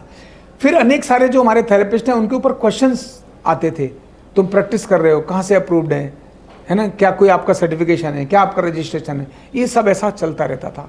तो मन में बड़ा कष्ट था, कैसे करें, क्या करें। अब सरकार की तरफ जाना है तो हमें सरकारी सर्टिफिकेट कोई था नहीं इसका। अब सरकारी सर्टिफिकेट करने के लिए वहाँ के बहुत सारे पैरामीटर्स हैं, बहुत सारे उनकी फॉर्मेलिटीज हैं जिनको पूरा करना है, और ये प्राचीन पारंपरिक विज्ञान होने के कारण से इसमें फॉर्मल हमारे को वो चीज़ें कुछ नज़र नहीं आ रही थी जो आधुनिक विज्ञान के रूप में हम उनके सामने प्रस्तुत कर सकें। गुरुजी ने कुछ चीज़ें हमें बताई थी, लेकिन वो बताने के बाद वाली चीज़ें भी वहाँ एग्जिस्ट नहीं करती थी। हम उनके सामने चौड़े होकर बोलते थे, हाँ हम तो ये 5 पेन दे देंगे, 7 लीवर दे देंगे, 12 चेस्ट दे देंगे, तो सामने इतना कहने के बाद ही वो कहते थे पागल हो गया। माने हमारे नाम पर भी वो वहाँ ऐसा रहता था क्योंकि वहाँ कुछ ऐसा था नहीं। तो बहुत चैलेंज करना पड़ता था, और मैंने जब इसका प्रोसीजर शुरू किया, सरकारी इसको मान्यता प्राप्त कराने के लिए मुझे परिचित संबंधों के माध्यम से, ये 2008 में इसकी प्रक्रिया मैंने शुरू करी। 2008 में इसमें शुरू किया, जहाँ भी कोई मिलता है मुझसे बात करता, कोई लेटर दे दो, कुछ और कर दो, कैसे लेकर जाऊँ, कहाँ लेकर जाऊँ, समझ ही नहीं आ रहा होता था कि इसको लेके जाऊँ, मान्यता इसको दे तो देखूँ। लोग कहते थे ये तो भाई कोई नाम कहाँ लिखा है ग्रंथों में, बताओ, कुछ है ही नहीं, ऐसा कुछ करके बोलते थे। तो कुछ उत्तर नहीं आ रहा होता था, मैंने इतना प्रश्न होता था कि जिसके पास जाऊँ, अप्रोच लेकर जाऊँ, उसने मेरी बात तो सुन ले अप्रोच से। जैसे मान लो मैंने आपको ट्रीटमेंट दिया और आप कोई बहुत बड़ी अधिकारी हैं, आपने जहाँ जाना था वहाँ भेज दिया, अब आपके कारण उसने सुन तो लिया, लेकिन सुनने के बाद उसको लगा ये बात मेरे एडजस्ट नहीं करती, और टक से हटा के फेंक दिया, ऐसा कर दिया। 2014 से विधिवत प्रक्रिया फॉर्मल एरिया मिला कि इस एरिया में मैं आयुष में लेकर एलोपैथ में लेके जाऊं तो वो मुझे घुसने ना दें। उन भाई वो अपने को कहते भी एलोपैथ में तो दवाई का मामला है, तुम दवाई बेचते हो क्या? बोले नहीं। बोले तुम तुम्हारे विरोधी हो, तुमको इधर कैसे आ सकता है, तुम तो बिना दवाई वाले हो, हमारी दवाई छोड़वा देते हो, तो हम कैसे लेंगे तुमको। तो वहाँ से भी चीज़ें मनानी आई। फिर उन्होंने ये तो नहीं कहा कि तुम दवाई वाले हो, गैर दवाई वाले हो, उन्होंने कहा कि ये कुछ इसका फॉर्मल नहीं है, और चलो इस पर कोई रिसर्च है, कुछ लोगों को आपने ठीक किया है, हमने ठीक तो किया है। बोले कहें इसको कोई मेडिकल आपके रिपोर्ट्स हैं, तो हम जो दिखाते थे वो कहते कुछ नहीं, नथिंग, ऐसा करके दिए। तो वो जो एक बड़ा कष्ट का समय जो मैंने अगर मैं बोलूँ तो लोगों से जो ताने और वो सब चीज़ें सुनी थी, और वो जो एक व्यक्ति को टटर ऐसे करके वो करें, तो वो जो अंदर सारी चीज़ें हुई वो बड़ा विचलित करती थी। लेके जाओ, लेकिन बड़ा मुश्किल होता था। तब फिर पर मन में जज्बा था कैसे भी तो इसको मुझे करना ही है। करिकुलम बनाना, पूरा एक सिलेबस बनाना, ये बहुत टिपिकल टास्क था। 2014 से लेकर 2019 तक फॉर्मल रूप से 5 वर्ष लगे। मैं जाऊं, उन्होंने कहा ये काम करके लाओ, मैंने वो काम किया और मुझे लगा कि काम हो जाएगा। उन्होंने कहा हो गया, हम भी मान लिए हो गया, और वो फाइल कहीं डाल दी, आगे बढ़ी नहीं। इन पूरे 5 वर्षों के अंदर 32 मीटिंग हुई। कितनी मीटिंग? उनमें से 28 मीटिंगों में मुझे रिजेक्शन मिला। कितनी में? 28। 32 में से 28 में रिजेक्शन मिला। सिर्फ 4 मीटिंग्स ऐसी थी जिनमें मेरा सिलेक्शन मिला, पर मैं हर मीटिंग में से आता, करेक्ट करता। मैंने मुझे कमी बताओ मेरी, मैं वो सुधार कर लाऊंगा, पर क्योंकि करना है। तो जो इनफॉर्मल विज्ञान था उसको फॉर्मल बनाया, और गर्व तब आया जब 2019 में अप्रूव हुआ। और तब अप्रूव हुआ जहाँ पर नेचुरोपैथी अप्रूव नहीं थी, जहाँ योग जो आज अनेक वर्षों से चल रहा था, जिस जगह अप्रूव नहीं था। मिनिस्ट्री ऑफ स्किल डेवलपमेंट में, स्किल डेवलपमेंट के अंदर, जहाँ इन 5 वर्षों में हमारी इस मेहनत और मेरे सारे मित्रों के और सब साथियों के और अनेक सारे लोगों के सहयोग से ये विज्ञान 2019 में वहाँ पास हो पाया जहाँ उससे पहले लोग जानते नहीं थे, और आज ये सरकारी प्रमाणित विज्ञान हो गया। ये हमारे लिए बहुत गर्व से और उस बड़ी बात है। बिल्कुल, ये बोलते हैं ना, वैदिक काल से चली आ रही चिकित्सा पद्धति के लिए भी गर्व की बात है। और जो शुरुआत में आपने कहा था कि दब के रह गया था, उसको निकालने में आपका ये जर्नी इतना तो बनता था। कहते हैं बहुत पैसा भी खर्च होता है इसमें, धन भी खर्च होता है, समय भी लगता है। ये कहते हैं, ये शब्दों में बयान करना, कहते हैं ना, किसी की डिलीवरी हो रही थी और उनका कैसे डिलीवरी होती है, तो जिसको हुआ वो बता सकती है क्या? वो नहीं बता सकती। एक बड़ा काम किया, तो उसके लिए तो सबसे पहले बहुत बहुत बधाई हो आपको। बहुत बहुत धन्यवाद। दूसरी बात कि आपने जो ये बोला कि 32 में से 28 जगह रिजेक्शन मिला, उसका रीजन आपको ये नहीं लगता कि इसी तरह के बहुत सारे फ्रॉड वाले चीज भी होते हैं, तो लोगों को भरोसा ही नहीं होता? क्योंकि कई सारे फ्रॉड ट्रीटमेंट इसी टाइप का लोग करते हैं, जो अलग अलग नाम से, बाबा के नाम से जाने जाते हैं कि भाई ये वाले बाबा, वो वाले बाबा, ये ऐसे कर देंगे और आप ठीक हो जाओगे, और वो नहीं होता है, या फिर कुछ निगेटिव होता है, या फिर वो कुछ दिन तो करते हैं फिर भाग जाते हैं। इस वजह से शायद इन चीज़ों को प्रॉब्लम आ रहा होगा। मैं आपको आपने ठीक बात बोली। सरकार का क्या एक तंत्र, एक तरीका है काम करने का, और वो फुल प्रूफ भी, और ऐसा होना चाहिए। और मैं चाहता भी था कि मुझे किसी अप्रोच के कारण से मेरी किसी चीज़ को पास न किया जाए। ये मेरा पहला सिंगल सेंटेंस था। आप इनके अप्रोच से मत करना, आप अपनी फाइल वर्क कंप्लीट करना। जो आपका फॉर्मेट है मुझे बताना, मैं एक बार नहीं 10 बार जैसे चाहो वैसे करूंगा, लेकिन आपके फॉर्मेट के अनुसार मैं आगे जाऊंगा। उन्होंने अनेक बार मुझे रिजेक्शंस इसीलिए दिए कि ये ठीक नहीं है, इसको करो। अगली बार फिर मीटिंग हुई, इनमें से उन्होंने कहा ये चीज़ें ठीक नहीं है, उसमें रिजेक्ट किया। और बहुत बार तो ऐसा लगा जैसे काट कर ही फेंक दिया, खत्म हो गया। मुझे ऐसा लगा कि मेरी इतनी मेहनत खत्म हो गई। यानी मेरी जो मीटिंग थी, यानी जो पहली 28 नहीं 32 में से जो 28 हुई ना, उनमें से लास्ट वाली जो मीटिंग थी उसमें तो मैं रोया भी था, क्योंकि तब उन्होंने पूरा ही कांटा मार दिया था। मैंने यार क्या हुआ ये, लेकिन एक शब्द ने फिर से जीवन पैदा कर दिया, और वहाँ उनको समझ आया ये यस ऐसा नहीं, ये ऐसा है, और वो उसके कारण से चीज़ अप्रूव हो गई। तो सरकार का जो तंत्र है वो बहुत अच्छा है, मैं खराब नहीं मानूंगा। नहीं तो कुछ भी गलत सलत चीज़ें आ सकती हैं। उनके लिए करिकुलम, वहाँ उनका क्वालिफिकेशन, इससे पहले क्वालिफिकेशन पैक थे नहीं, इसका करिकुलम था नहीं। इसने इसके जो ऑक्यूपेशनल स्टैंडर्ड्स है ना, जो काम करने के तरीके के लिए जो निश्चित प्रोटोकॉल हैं, वो इसमें थे नहीं। कभी थे, लेकिन अब तो अनेक वर्षों से, सैकड़ों वर्षों से इस अस्तित्व में ही नहीं था। तो इसीलिए वो फिर से ऑक्यूपेशनल स्टैंडर्ड्स बने, फिर से वो क्वालिफिकेशन पैक बने, फिर से वो जॉब रोल बने, फिर से इनका जो पूरा करिकुलम था वो तैयार हुआ, फिर से वो नेशनल स्टैंडर्ड्स रेडी हुए, फिर इंटरनेशनल स्टैंडर्ड्स रेडी हुए। ये सब काम करने के लिए, जॉब रोल बनाने के लिए जो सारे प्रोसीजर्स हुए, उनमें मुझे कहीं भी किसी प्रकार की ग्लानि नहीं है, और ना ही किसी के प्रति मेरे मन में द्वेष है, ना ही किसी के प्रति मेरे मन में ये है कि इन्होंने गलत किया, इन्होंने गलत किया। नहीं, वो जो कुछ किया वो करना ही चाहिए। ये ठीक बात है कि समझ में ना आने के कारण से फाइल साइड में डाल दी, मैं ढूंढता रहा, फाइल आई नहीं, तो मैंने पूछा था, बोले अरे 1 महीने आने वाले को 4 महीने लग गए। मैंने है कहाँ? बोले वहाँ पड़ी है। मैंने यहाँ कहाँ पड़ी है? बोले ये गलती थी इसीलिए पड़ी है। मैंने भाई मुझे बता देते तो मैं सुधार ले जाता। तो वो भी सरकार का तरीका है, अपने से पहल करने का प्रक्रिया उधर नहीं है। मुझे ऐसा लगता था काम मेरा है इसीलिए मुझे लेके जाना है, तब फिर मैं इन चीज़ों को ढूंढ कर लगा रहता था। 5 वर्ष लगे।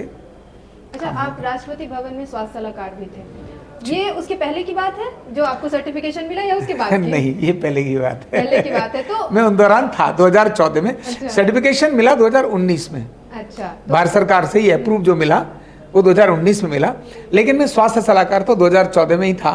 अच्छा, 2013 में राष्ट्रपति भवन में मैं जा चुका था। अच्छा, और वो आपसे सलाह लेते भी थे जबकि जी। अप्रूव नहीं कर रहे थे, ये बड़ा ही मैं वाकई भी एक घटना बता देता हूँ। हाँ, कहते हैं जो अच्छे लोग होते हैं ना, वो रियली बहुत अच्छे लोग होते हैं, और वो सर्टिफिकेट नहीं ज्ञान की कदर करते हैं, और ऐसा ही वहाँ किया। जब मैं वहाँ एक कैंप ऑर्गेनाइज किया जिसके अंदर कई पेशेंट्स को, जो अधिकारी थे वो ठीक हुए, उन्होंने कहा, तो राष्ट्रपति जी के पास संदेश गया तो उन्होंने भी देखा समझा, उन्होंने कहा इनको यहाँ बिठाओ।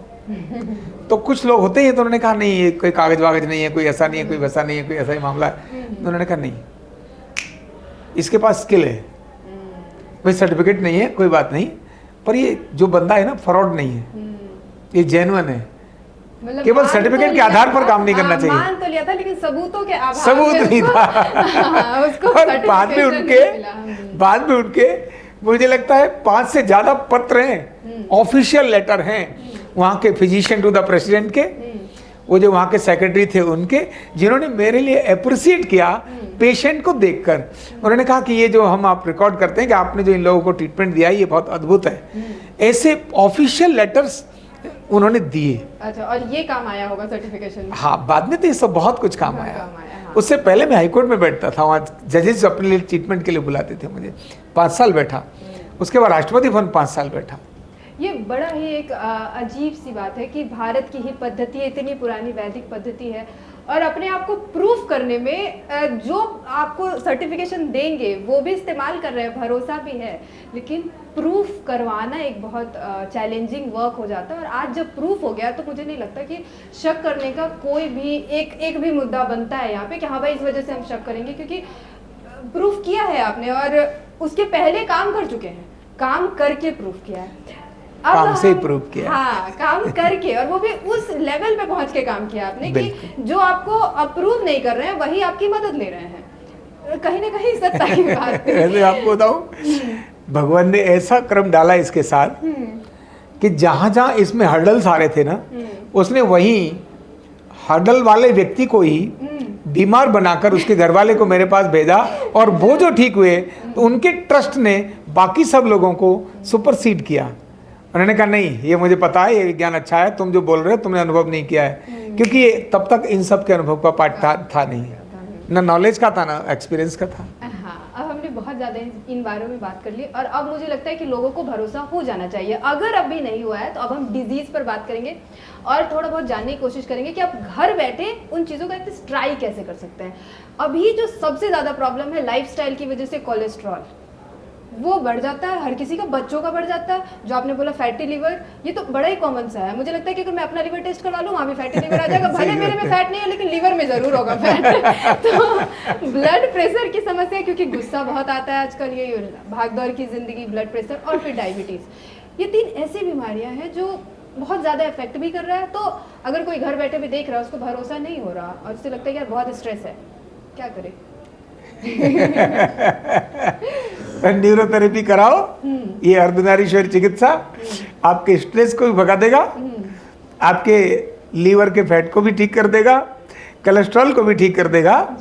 और मैं कहता हूँ, मैंने शुरुआत में बोला था ना, डिसईज को अगर ठीक करना है तो डिसऑर्डर को ठीक करना होगा, और डिसऑर्डर अनेक ठीक करना नहीं है, केवल 2 चीज़ें, डिसबैलेंस को बैलेंस बना दो तो डिसऑर्डर ठीक हो जाएंगे और डिसीज भी ठीक हो जाएंगी। अर्धनारीश्वर को केवल बैलेंस करने की आवश्यकता है, और उसमें ढांचा और केमिकल है, तो इसीलिए कोलेस्ट्रॉल भी ठीक होता है। अगर किसी का कोलेस्ट्रॉल बढ़ा हुआ तो भाई हमारे पास ज़्यादा नहीं, 15-20 दिन, महीने के लिए आ जाओ, आपका फैटी लिवर भी ठीक हो जाएगा, कोलेस्ट्रॉल भी ठीक हो जाएगा। अच्छा, जीन्स वाली बात हमने की थी। कुछ लोग का होता है कि पहले पिताजी का था, दादाजी का था, फिर हेरिडिटरी आ गया है, वो फिर ठीक हो सकता है क्या कि हेरिडिटी आगे बढ़े ही नहीं, वो बीमारी हेरिडिटी वहीं रुक जाए? ऐसे कुछ ऐसे शब्द हैं जो बहुत मतलब बेढंगे से हैं, मैं अगर शब्द बोलूँ तो इनको अपनी दुकानदारी चलाने के लिए कुछ भी कह देना ये ठीक नहीं है। कहने का तरीका बदलना चाहिए, हर शब्द को सीमाओं के साथ बांध कर देना भी जरूरी है। सब बस ऐसे कर दिया ये ठीक नहीं है। जो आपने बात बोली यहां कहते हैं हेरिडेटरी है इसीलिए आ रहा है, मैं कहता हूं हेरिडेटरी होता क्या है? एक पिता माता के 4 संतानें हैं, 4 में से 2 को शुगर है, 2 को नहीं है, तो बच्चे तो उन्हीं के हैं। क्या ये मैं बोलूं कि जिनको शुगर नहीं है वो उस बाप की औलाद नहीं है? बोलूं? बोलो। वो वाले जीन्स ट्रांसफर ना हुए हो ऐसा कुछ होगा शायद? तो जीन्स तो भाई एक बात बताऊं, जो क्रोमोसोम है ना, जो जेनेटिक सीक्वेंसिंग और जेनेटिक साइंस की स्टडी करते हैं वो ये बात जानते हैं कि वो जो जीन्स है ना जो बच्चों में आए हैं वो ऐसा नहीं है, जीन ट्रांसफर नहीं होते। वही तो क्रोमोसोम है, उतने ही तो जीन्स हैं जो बच्चों के अंदर ट्रांसफर हो रहे हैं। अगर कम ज्यादा होंगे तो बीमारी आ जाएगी। डाउन सिंड्रोम उसी में से एक बीमारी आती है ना, डाउन सिंड्रोम जो एक तरह से बच्चों में नजर आती है। वो जो 23 पेयर्स ऑफ क्रोमोसोम हैं, ये उनके अंदर जब एक कम हो जाता है तो डाउन सिंड्रोम हो जाता है, बीमारी आ जाएगी, जीन्स ट्रांसफर हो जाएंगे। तो जो कहना है ना कि ये तो जेनेटिक डिजीज है बच्चों में आएगी, नहीं ऐसा नहीं है। अच्छा, तो आप कह रहे हैं कुछ आता ही नहीं है? नहीं ऐसा नहीं कह रहा हूँ। देखो किसी ने कहा भाई जरूरी नहीं है कि पूरा सत्य है, पूरा भाई चीजें मध्य भी तो हो सकती हैं। किसी ने कहा कि क्या वायरस के आने से जैसे कोरोना आया है ना, तो क्या कोई ऐसा भी था जिसको कोरोना नहीं हुआ? तो इसने कहा हाँ मुझे कोरोना नहीं हुआ। तो दूसरा किसी ने बोला इसका मतलब किसी को कोरोना नहीं हुआ। तो किसी को कोरोना नहीं हुआ और एक को कोरोना नहीं हुआ, इसमें फर्क है। तो जनरलाइज और पर्टिकुलर करने में चीजों को पर्टिकुलर करना चाहिए, जनरलाइज नहीं करना चाहिए। जब वो कहते हैं कि जेनेटिक डिसऑर्डर्स हैं, जीन्स में खराबी है, तो जीन्स में खराबी आई है, लेकिन वो खराबी कंटिन्यूस में सिम्टम्स देगी ऐसा आवश्यक नहीं है। क्योंकि जीन्स में आने के बाद भी बहुत सारा कुछ व्यक्ति के अपने ऊपर निर्भर करता है। मान लो जिसके पिताजी को डायबिटीज नहीं है और बच्चे में डायबिटीज हो गई, तो क्या माना जाए वो किसी पड़ोसी के उससे आया था क्या? नहीं ना, वो तो समझ आ गई ना। अब इसको क्यों आई? क्योंकि इसका अपना स्ट्रेस था। अब पिताजी को डायबिटीज है, बच्चे को डायबिटीज नहीं है, तो क्योंकि बच्चे ने अपनी लाइफस्टाइल को वैसा गुजारा, इसका मतलब जीन्स केवल एक ही बात को कहता है कि यह संभावना है, हो सकता है, होगा ही जरूरी नहीं है। वो ठीक है, तो समझ आ गई ना। जैसे मैं बताता हूँ कि यहाँ अगर पेट्रोल डाल दो, एक में यहाँ ये टेबल पर आग लगाऊं तो आग नहीं लगेगी, पर थोड़ा देर तक करने से लग जाएगी। और वहीं अगर पेट्रोल पड़ी है तो आग से एक स्पार्क करने पर लग जाएगी, लेकिन स्पार्क करने का काम करेगा वो तो मैं ही करूंगा ना। मतलब ये कहना चाह रहे हैं कि जीन्स से अगर आता भी है तो अगर लोग ही चाह ले अपने लाइफ नहीं आना तो रुक जाएगा। हाँ, तो संभाल ले। अच्छा हाँ, ये बहुत अच्छी बात है। लेकिन अगर आ गया है और वो चाहता है अब की ओर हो जाए, क्योंकि जो मेडिकल साइंस में कहता है नहीं नहीं ये तो तुम्हारे जीन्स में है तो ये तो रहेगा। क्योंकि अब मैं अपने पापा की बात करूँ, उनको कुछ प्रॉब्लम्स जैसे कोलेस्ट्रॉल वगैरह, तो डॉक्टर्स भी कहते हैं अरे नहीं ये तो आपका हेरिडिटी चलता रहा, दवाई खाते रहिए उसी से ठीक होगा। तो अब ये बात आती है कि तो क्या फिर ये चलता रहेगा, तो उसका क्या है? वो ऐसा ही आपने बोला ना, दवाई खाते रहिए चलता रहेगा। अब क्योंकि उनके यहाँ स्टडी यही है, कुछ भी आए दवाई खाओ, और जो एक बार शुरू करी वो छूटेगी नहीं। तो इसीलिए वो कहानी पर मत जाओ। अच्छा। तो लोग कहेंगे एलोपैथ की नहीं, मैंने कहा ना मैं एलोपैथ का विरोधी नहीं हूँ, पर वहाँ की सोच का विरोधी हूँ। तो अगर आप भी वहाँ बैठे और आपको ऐसा लगता है कि नहीं हमारे तो जीन्स में अब ठीक नहीं हो सकता, डॉक्टर्स ने ऐसा कह दिया, मेरे पापा को भी कह दिया कि ये दवाई तो आपको जिंदगी भर खानी है, तो शायद यहाँ आना चाहिए, चेक करवाना चाहिए, बिल्कुल शायद वो कंट्रोल में आ जाए या शायद क्योर हो जाए। श्योर, कंट्रोल भी आ सकता है, क्योर भी हो सकता है, पर मैं सकता इसीलिए बोल रहा हूँ क्योंकि मैंने शुरुआत में बोला व्यक्ति के अपने विचार, अपना भोजन इसमें बहुत बड़ा रोल प्ले करते हैं, है ना। अगर उसमें से उन्होंने कुछ चीज़ों को करेक्ट कर लिया जिनको हम गाइड करेंगे तो दोबारा से वो बीमारी नहीं आएगी। वृद्ध जो बूढ़े लोग हैं उनका घुटने का प्रॉब्लम तो है, पर एक और प्रॉब्लम है भूल जाने वाला अल्जाइमर टाइप का, वो सब भी क्योरेबल है? हाँ, शुरुआत में डिमेंशिया आती है और उसके बाद में अल्जाइमर में कन्वर्ट हो जाता है, लेकिन अल्जाइमर रेयर होता है। डिमेंशिया कॉमन है, भूलना इसको डिमेंशिया बोलते हैं, ये कॉमन है, वो तो किसी में भी आने लगती है। और इसमें भूलने का कारण केवल यही नहीं होता कि ब्रेन में खराबी हो गई, आपको कुछ चीज़ें याद रहती हैं, कुछ चीज़ें याद नहीं रहती हैं। माने आपके पास कोई बंदा आया और आप जा रहे थे और आपने 10-20 रुपए दे दिए, एक वो बंदा था और दिया ले चल, मतलब आप जितने रास्ते में कभी भिखारी मिलते हैं, कोई और मिलते हैं, आप पैसे देते हो, क्या आपको सब याद रहते हैं? नहीं रहते ना। लेकिन एक दिन कोई बंदा आया और आपसे छीन करके कोई लेके जा रहा है या आपसे 200 रुपये मांग करके फिर दोबारा वो देने के लिए नहीं आ रहा है, तो याद रहेगा कि नहीं रहेगा? तो मैं कैसे बोलूँ मेमोरी लॉस है। लेकिन फिर भी आपने कहा डिमेंशिया, मतलब इसको बोलते हैं इनिशियली में लैक ऑफ कंसंट्रेशन बोलूंगा मैं। लैक ऑफ कंसंट्रेशन को डिमेंशिया नहीं बोल देना चाहिए। अनेक सारी पचड़न यहां जो पड़ी रहती है ना, टेंशन, स्ट्रेस, खींच पांच, प्रेशर, ये सब फोकस नहीं होने देते, इसीलिए भूलता है आदमी। इसके लिए थोड़ा शांति, इनको थोड़ा कम कर लो, ठीक है भाई, पचड़ा जो ये काम कर रहे हैं इसको कर लेंगे तो याद रहेगा। अच्छा, आपने प्रेशर बोला ना, तो मुझे याद आया आज के ज़माने में बाल झड़ने के, स्किन के प्रॉब्लम, ये सब टेंशन की वजह से, ये टेंशन के कारण से आते हैं। टेंशन नहीं कम कर सकते। और डिमेंशिया भी टेंशन के कारण से आता है। हाँ। और टेंशन का इलाज के लिए तो दोबारा पूछोगे बताऊंगा, लेकिन मैं आपको बताता हूँ डिमेंशिया का इलाज भी यहाँ न्यूरोथेरेपी में संभव है। जो भूलने का तरीका है, भूलने का जो कारण है, वो भी न्यूरोथेरेपी में संभव है, यहाँ इलाज करके संभव होता है। क्योंकि ब्रेन को चाहिए विटामिन्स, मिनरल्स, विटामिन चाहिए जो न्यूरॉन्स को नरिश करते हैं और वो डाइजेशन से मिलने, और हम डाइजेशन को ठीक करते हैं, जिसके कारण से न्यूरॉन्स ठीक होते हैं और न्यूरॉन्स से फिर से जो स्मरण शक्ति है वो बढ़ने लगती है। स्ट्रेस भी कम हो जाएगा? 100% स्ट्रेस कम न्यूरोथेरेपी से? बहुत। जैसे कोई नर्व्स दबाया और स्ट्रेस कम? अरे मैं कहता हूँ ब्लड प्रेशर और बाकी सब चीज़ों को देर लगती है। अगर कोई व्यक्ति बहुत ऐसे बैठा है, बहुत तनाव में, डिप्रेशन में, मैं आपके चैनल के माध्यम से सरेआम बोल रहा हूँ इस बात को, मुझे 3 मिनट नहीं लगेंगे, उससे पहले बंदा कहेगा बोलो भाई साहब कहाँ चलना है। साइकेट्रिस्ट की जॉब तो गई नहीं, उसका रोल समझाने का वो समझाता रहे, हमारा रोल करके दिखाने का वो हम करके दिखा देंगे।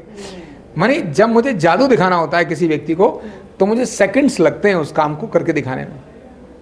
इसलिए डिप्रेशन है, स्ट्रेस है, तनाव है, और एक बात हूँ, केवल मुझे नहीं लगता है, जिसको तनाव हो रहा है, बंदा अंदर की तरफ जा रहा है, सुस्त पड़ा है, एक ऐसी कोई बात बता दो उसको जिससे बोले अरे ऐसा होगा क्या, अच्छा उम्मीद जगा दो कोई, 1 सेकंड में डिप्रेशन खत्म हो जाता है बंदे का। होता नहीं होता है? पल भर का एक शब्द ही उम्मीद जगाता है। रामायण नहीं जगाती है, एक छोटा शब्द उम्मीद जगा देता है। डिप्रेशन की बात की, इसी तरह का एक और प्रॉब्लम आज बहुत चल रहा है, स्क्रीन वाला प्रॉब्लम। मतलब लैपटॉप देखने से बड़ों को दिक्कत है, आंखों में दिक्कत, बैठने में, मतलब 50 तरह की बीमारियां हैं जो लैपटॉप पे बैठकर काम करने से। लेकिन इससे भी बड़ी एक बीमारी जो बच्चों के लिए आजकल देखी जा रही है, बच्चे खाना भी खाते हैं तो वो मोबाइल पे वीडियो देखते देखते, और इस वजह से वो कहीं ना कहीं मेंटली बहुत अजीब से होते जा रहे हैं। मैं उस बीमारी का नाम क्या लूँ, मुझे भी समझ में नहीं आता क्या बीमारी है वो, बट बच्चे एक्टिव नहीं है, कुछ बच्चे बोलते ही नहीं है, और उनका इलाज हो रहा है, क्या बोलते हैं उसको, स्पीच थेरेपी, और बहुत पैसा लगता है, और वहाँ 10 लोग बैठ के बात करने की कोशिश करते हैं, बच्चा नहीं बोलता क्योंकि उसको तो मोबाइल, इंट्रोवर्ट हो जाता है। हाँ, इंट्रोवर्ट तो हो ही जाता है, पर बच्चा बोलता ही नहीं है, शुरुआत ही नहीं करता। बड़ा कॉमन बीमारी है आज के छोटे बच्चों में। तो स्क्रीन से दूर रखो, ये तो एक बात है, लेकिन न्यूरोथेरेपी में उन बच्चों के लिए कुछ है? बिल्कुल है, पर ऐसे बच्चों से पहले उनके माँ बाप का इलाज मुझे करना पड़ता है। मुझे भी लगता है कि करना ही चाहिए ऐसे बच्चों के माँ बाप का इलाज। क्यों?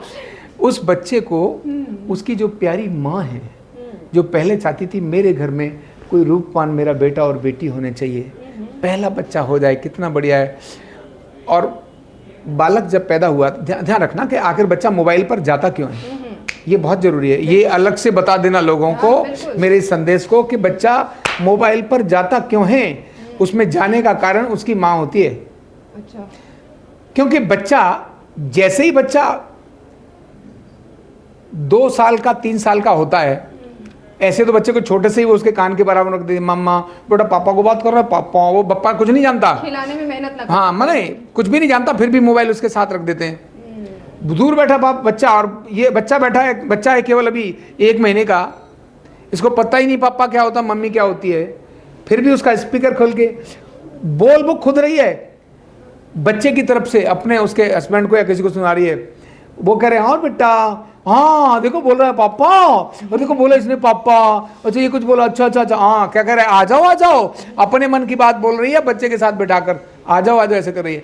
ये कारण है कि वो मोबाइल ज़्यादा जल्दी लेकर आ गए, उसको ऐसे दिखा दिया, गीत सुना दिया, इससे बच्चे को एडिक्शन आया। लेकिन इससे भी ज़्यादा जो एडिक्शन आया ना बच्चे का, ध्यान रखना, वो महत्व की बात है। जब बच्चा जैसे ही कुछ खाने वाला हो जाता है, 1 साल का, 6 महीने से ज़्यादा, थोड़ा साल भर का होने लगता है, तो कुछ खाने लगता है, तो उसको ये लगता है कि मैं तो 4 रोटी खाती हूँ, इस बच्चे ने तो 1 रोटी भी नहीं खाई, और इसीलिए अभी सेरेलैक पिला देगी, थोड़ी देर के बाद कुछ और खिला देगी, थोड़ी देर बाद कुछ और खिला देगी, और दादी आई वो कहते अरे कुछ खिलाया नहीं, दूध तो पिला दे।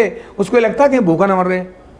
तो वो जो उस बच्चे को जो थोड़ा मीडियम क्लास या थोड़ा ऐसे बच्चे ना, गरीब की बात अलग है, गरीब का बच्चा मोबाइल में नहीं लगेगा।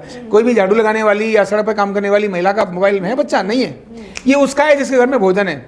तो बच्चे को 1-1.5 साल का होते होते ये लगने लगता है कि ये अब आ रही है तो ये खाना खिलाने के लिए आ रही है मुझे, तो वो बच्चा खाना छोड़ देता है। अब सबको चिंता ये हो जाती है आजकल ये खाना खाता नहीं। आप कॉमन जाके बात करना, 1.5 साल 2 साल के बच्चों की माओं की कंप्लेंट यही होती है कि हमारा बच्चा खाना ही नहीं खाता है, कुछ खाना तो खिलाओ। और वो खा क्यों नहीं रहा है? अब मैं अगर उसको पूछूं कि जब बच्चा पहले दिन रोया था वो इसीलिए रोया था कि मेरी मम्मी को लाओ, मेरी मम्मी को लाओ, या 8 दिन या 15 दिन में जब भी बच्चा रोता था वो इसीलिए रोता था कि मेरी दादी कहाँ गई है, मेरा पापा कहाँ गया, मेरा चाचा कहाँ गया है, मेरे पुराने जन्म में घर कहाँ छूट गया है? बच्चा इसीलिए रोता था। बच्चा क्यों रोता है? क्योंकि भूख लगती है। कोई भी बताता है अरे बच्चा रो रहा है, दूध पिला दो, भूखा है। भाई या तो तकलीफ हो गई या भूखा होगा, तो तकलीफ तो होती नहीं बच्चे को, तो उसको दूध भूख लगती है तब रोता है। तो जो बच्चा खिलाओ खिलाओ करके रोता था, अब वो बच्चा मत खिलाओ करके क्यों भाग रहा है? माँ पीछे, बच्चा आगे, दादी पीछे, बच्चा आगे, आया पीछे, बच्चा आगे, बच्चा भाग रहा है और उसके पीछे कटोरी लेके जा रही है, ले अभी तो कुछ खाया नहीं। तो वहां 2 गलती करते हैं। एक ऐसी चीज खिला देंगे, बच्चा रोटी की जगह बिस्किट खाना शुरू हो जाएगा, टॉफी खाना शुरू हो जाएगा, चॉकलेट खाना शुरू हो जाएगा, जो उसके स्वास्थ्य के लिए खराब है। लेकिन इससे भी ज्यादा बड़ी बात बता रहा हूं, माँ तो कहती है मैं तो बेटा, माँ तो माँ ही है, उसको पटाख से मोबाइल लगा के दे देती है। और छोटे बच्चे को मोबाइल और कार्टून में, कल्पना में बहुत मजा आता है। बच्चा वो मोबाइल देखता है, माँ उसको 1 कटोरी 2 कटोरी 4 कटोरी जितना भी धकेलना है सब धकेल देती है। बच्चा कुछ कहता नहीं है क्योंकि उसका दिमाग तो मोबाइल में है। ये तो यहाँ तक जब खाना निकलने न लगेगा तब तक खा लेगा।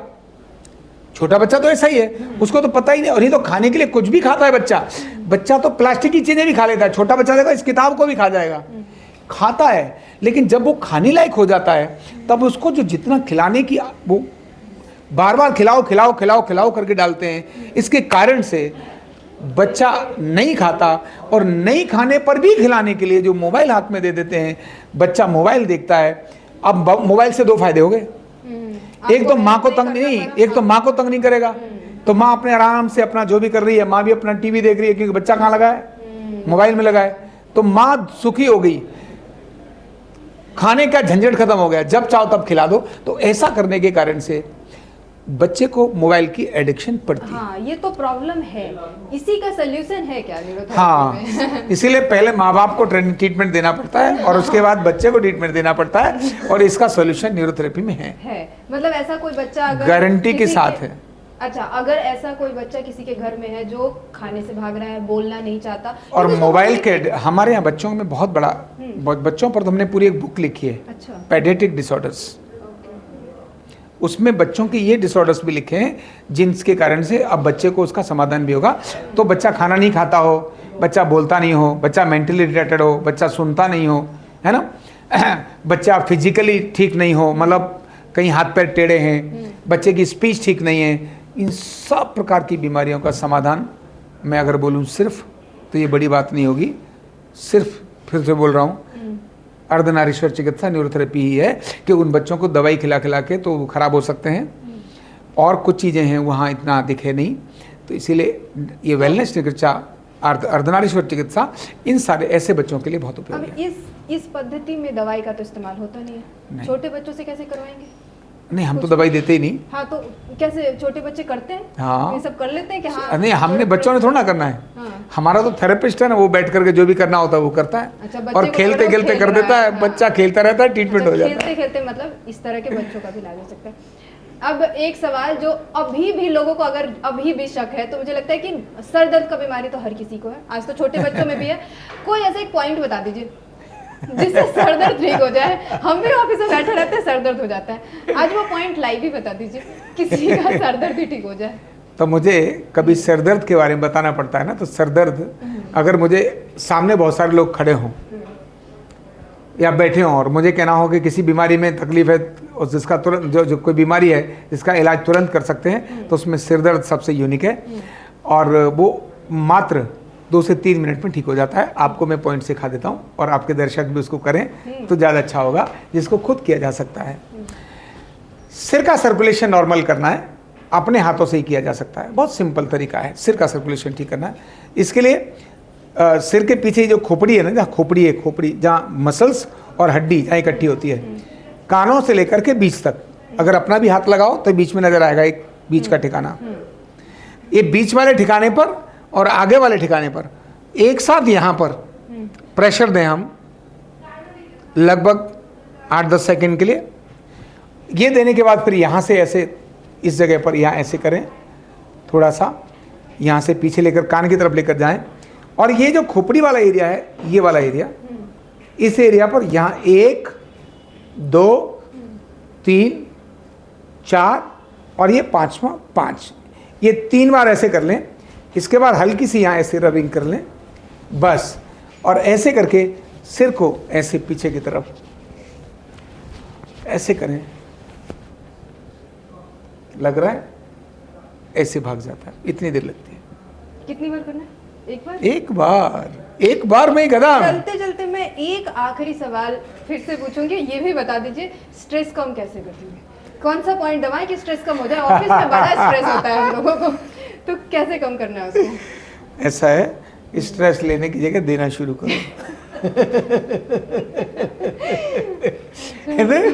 आप कहते हो किसी ने गाली दी, तुमने क्यों ली?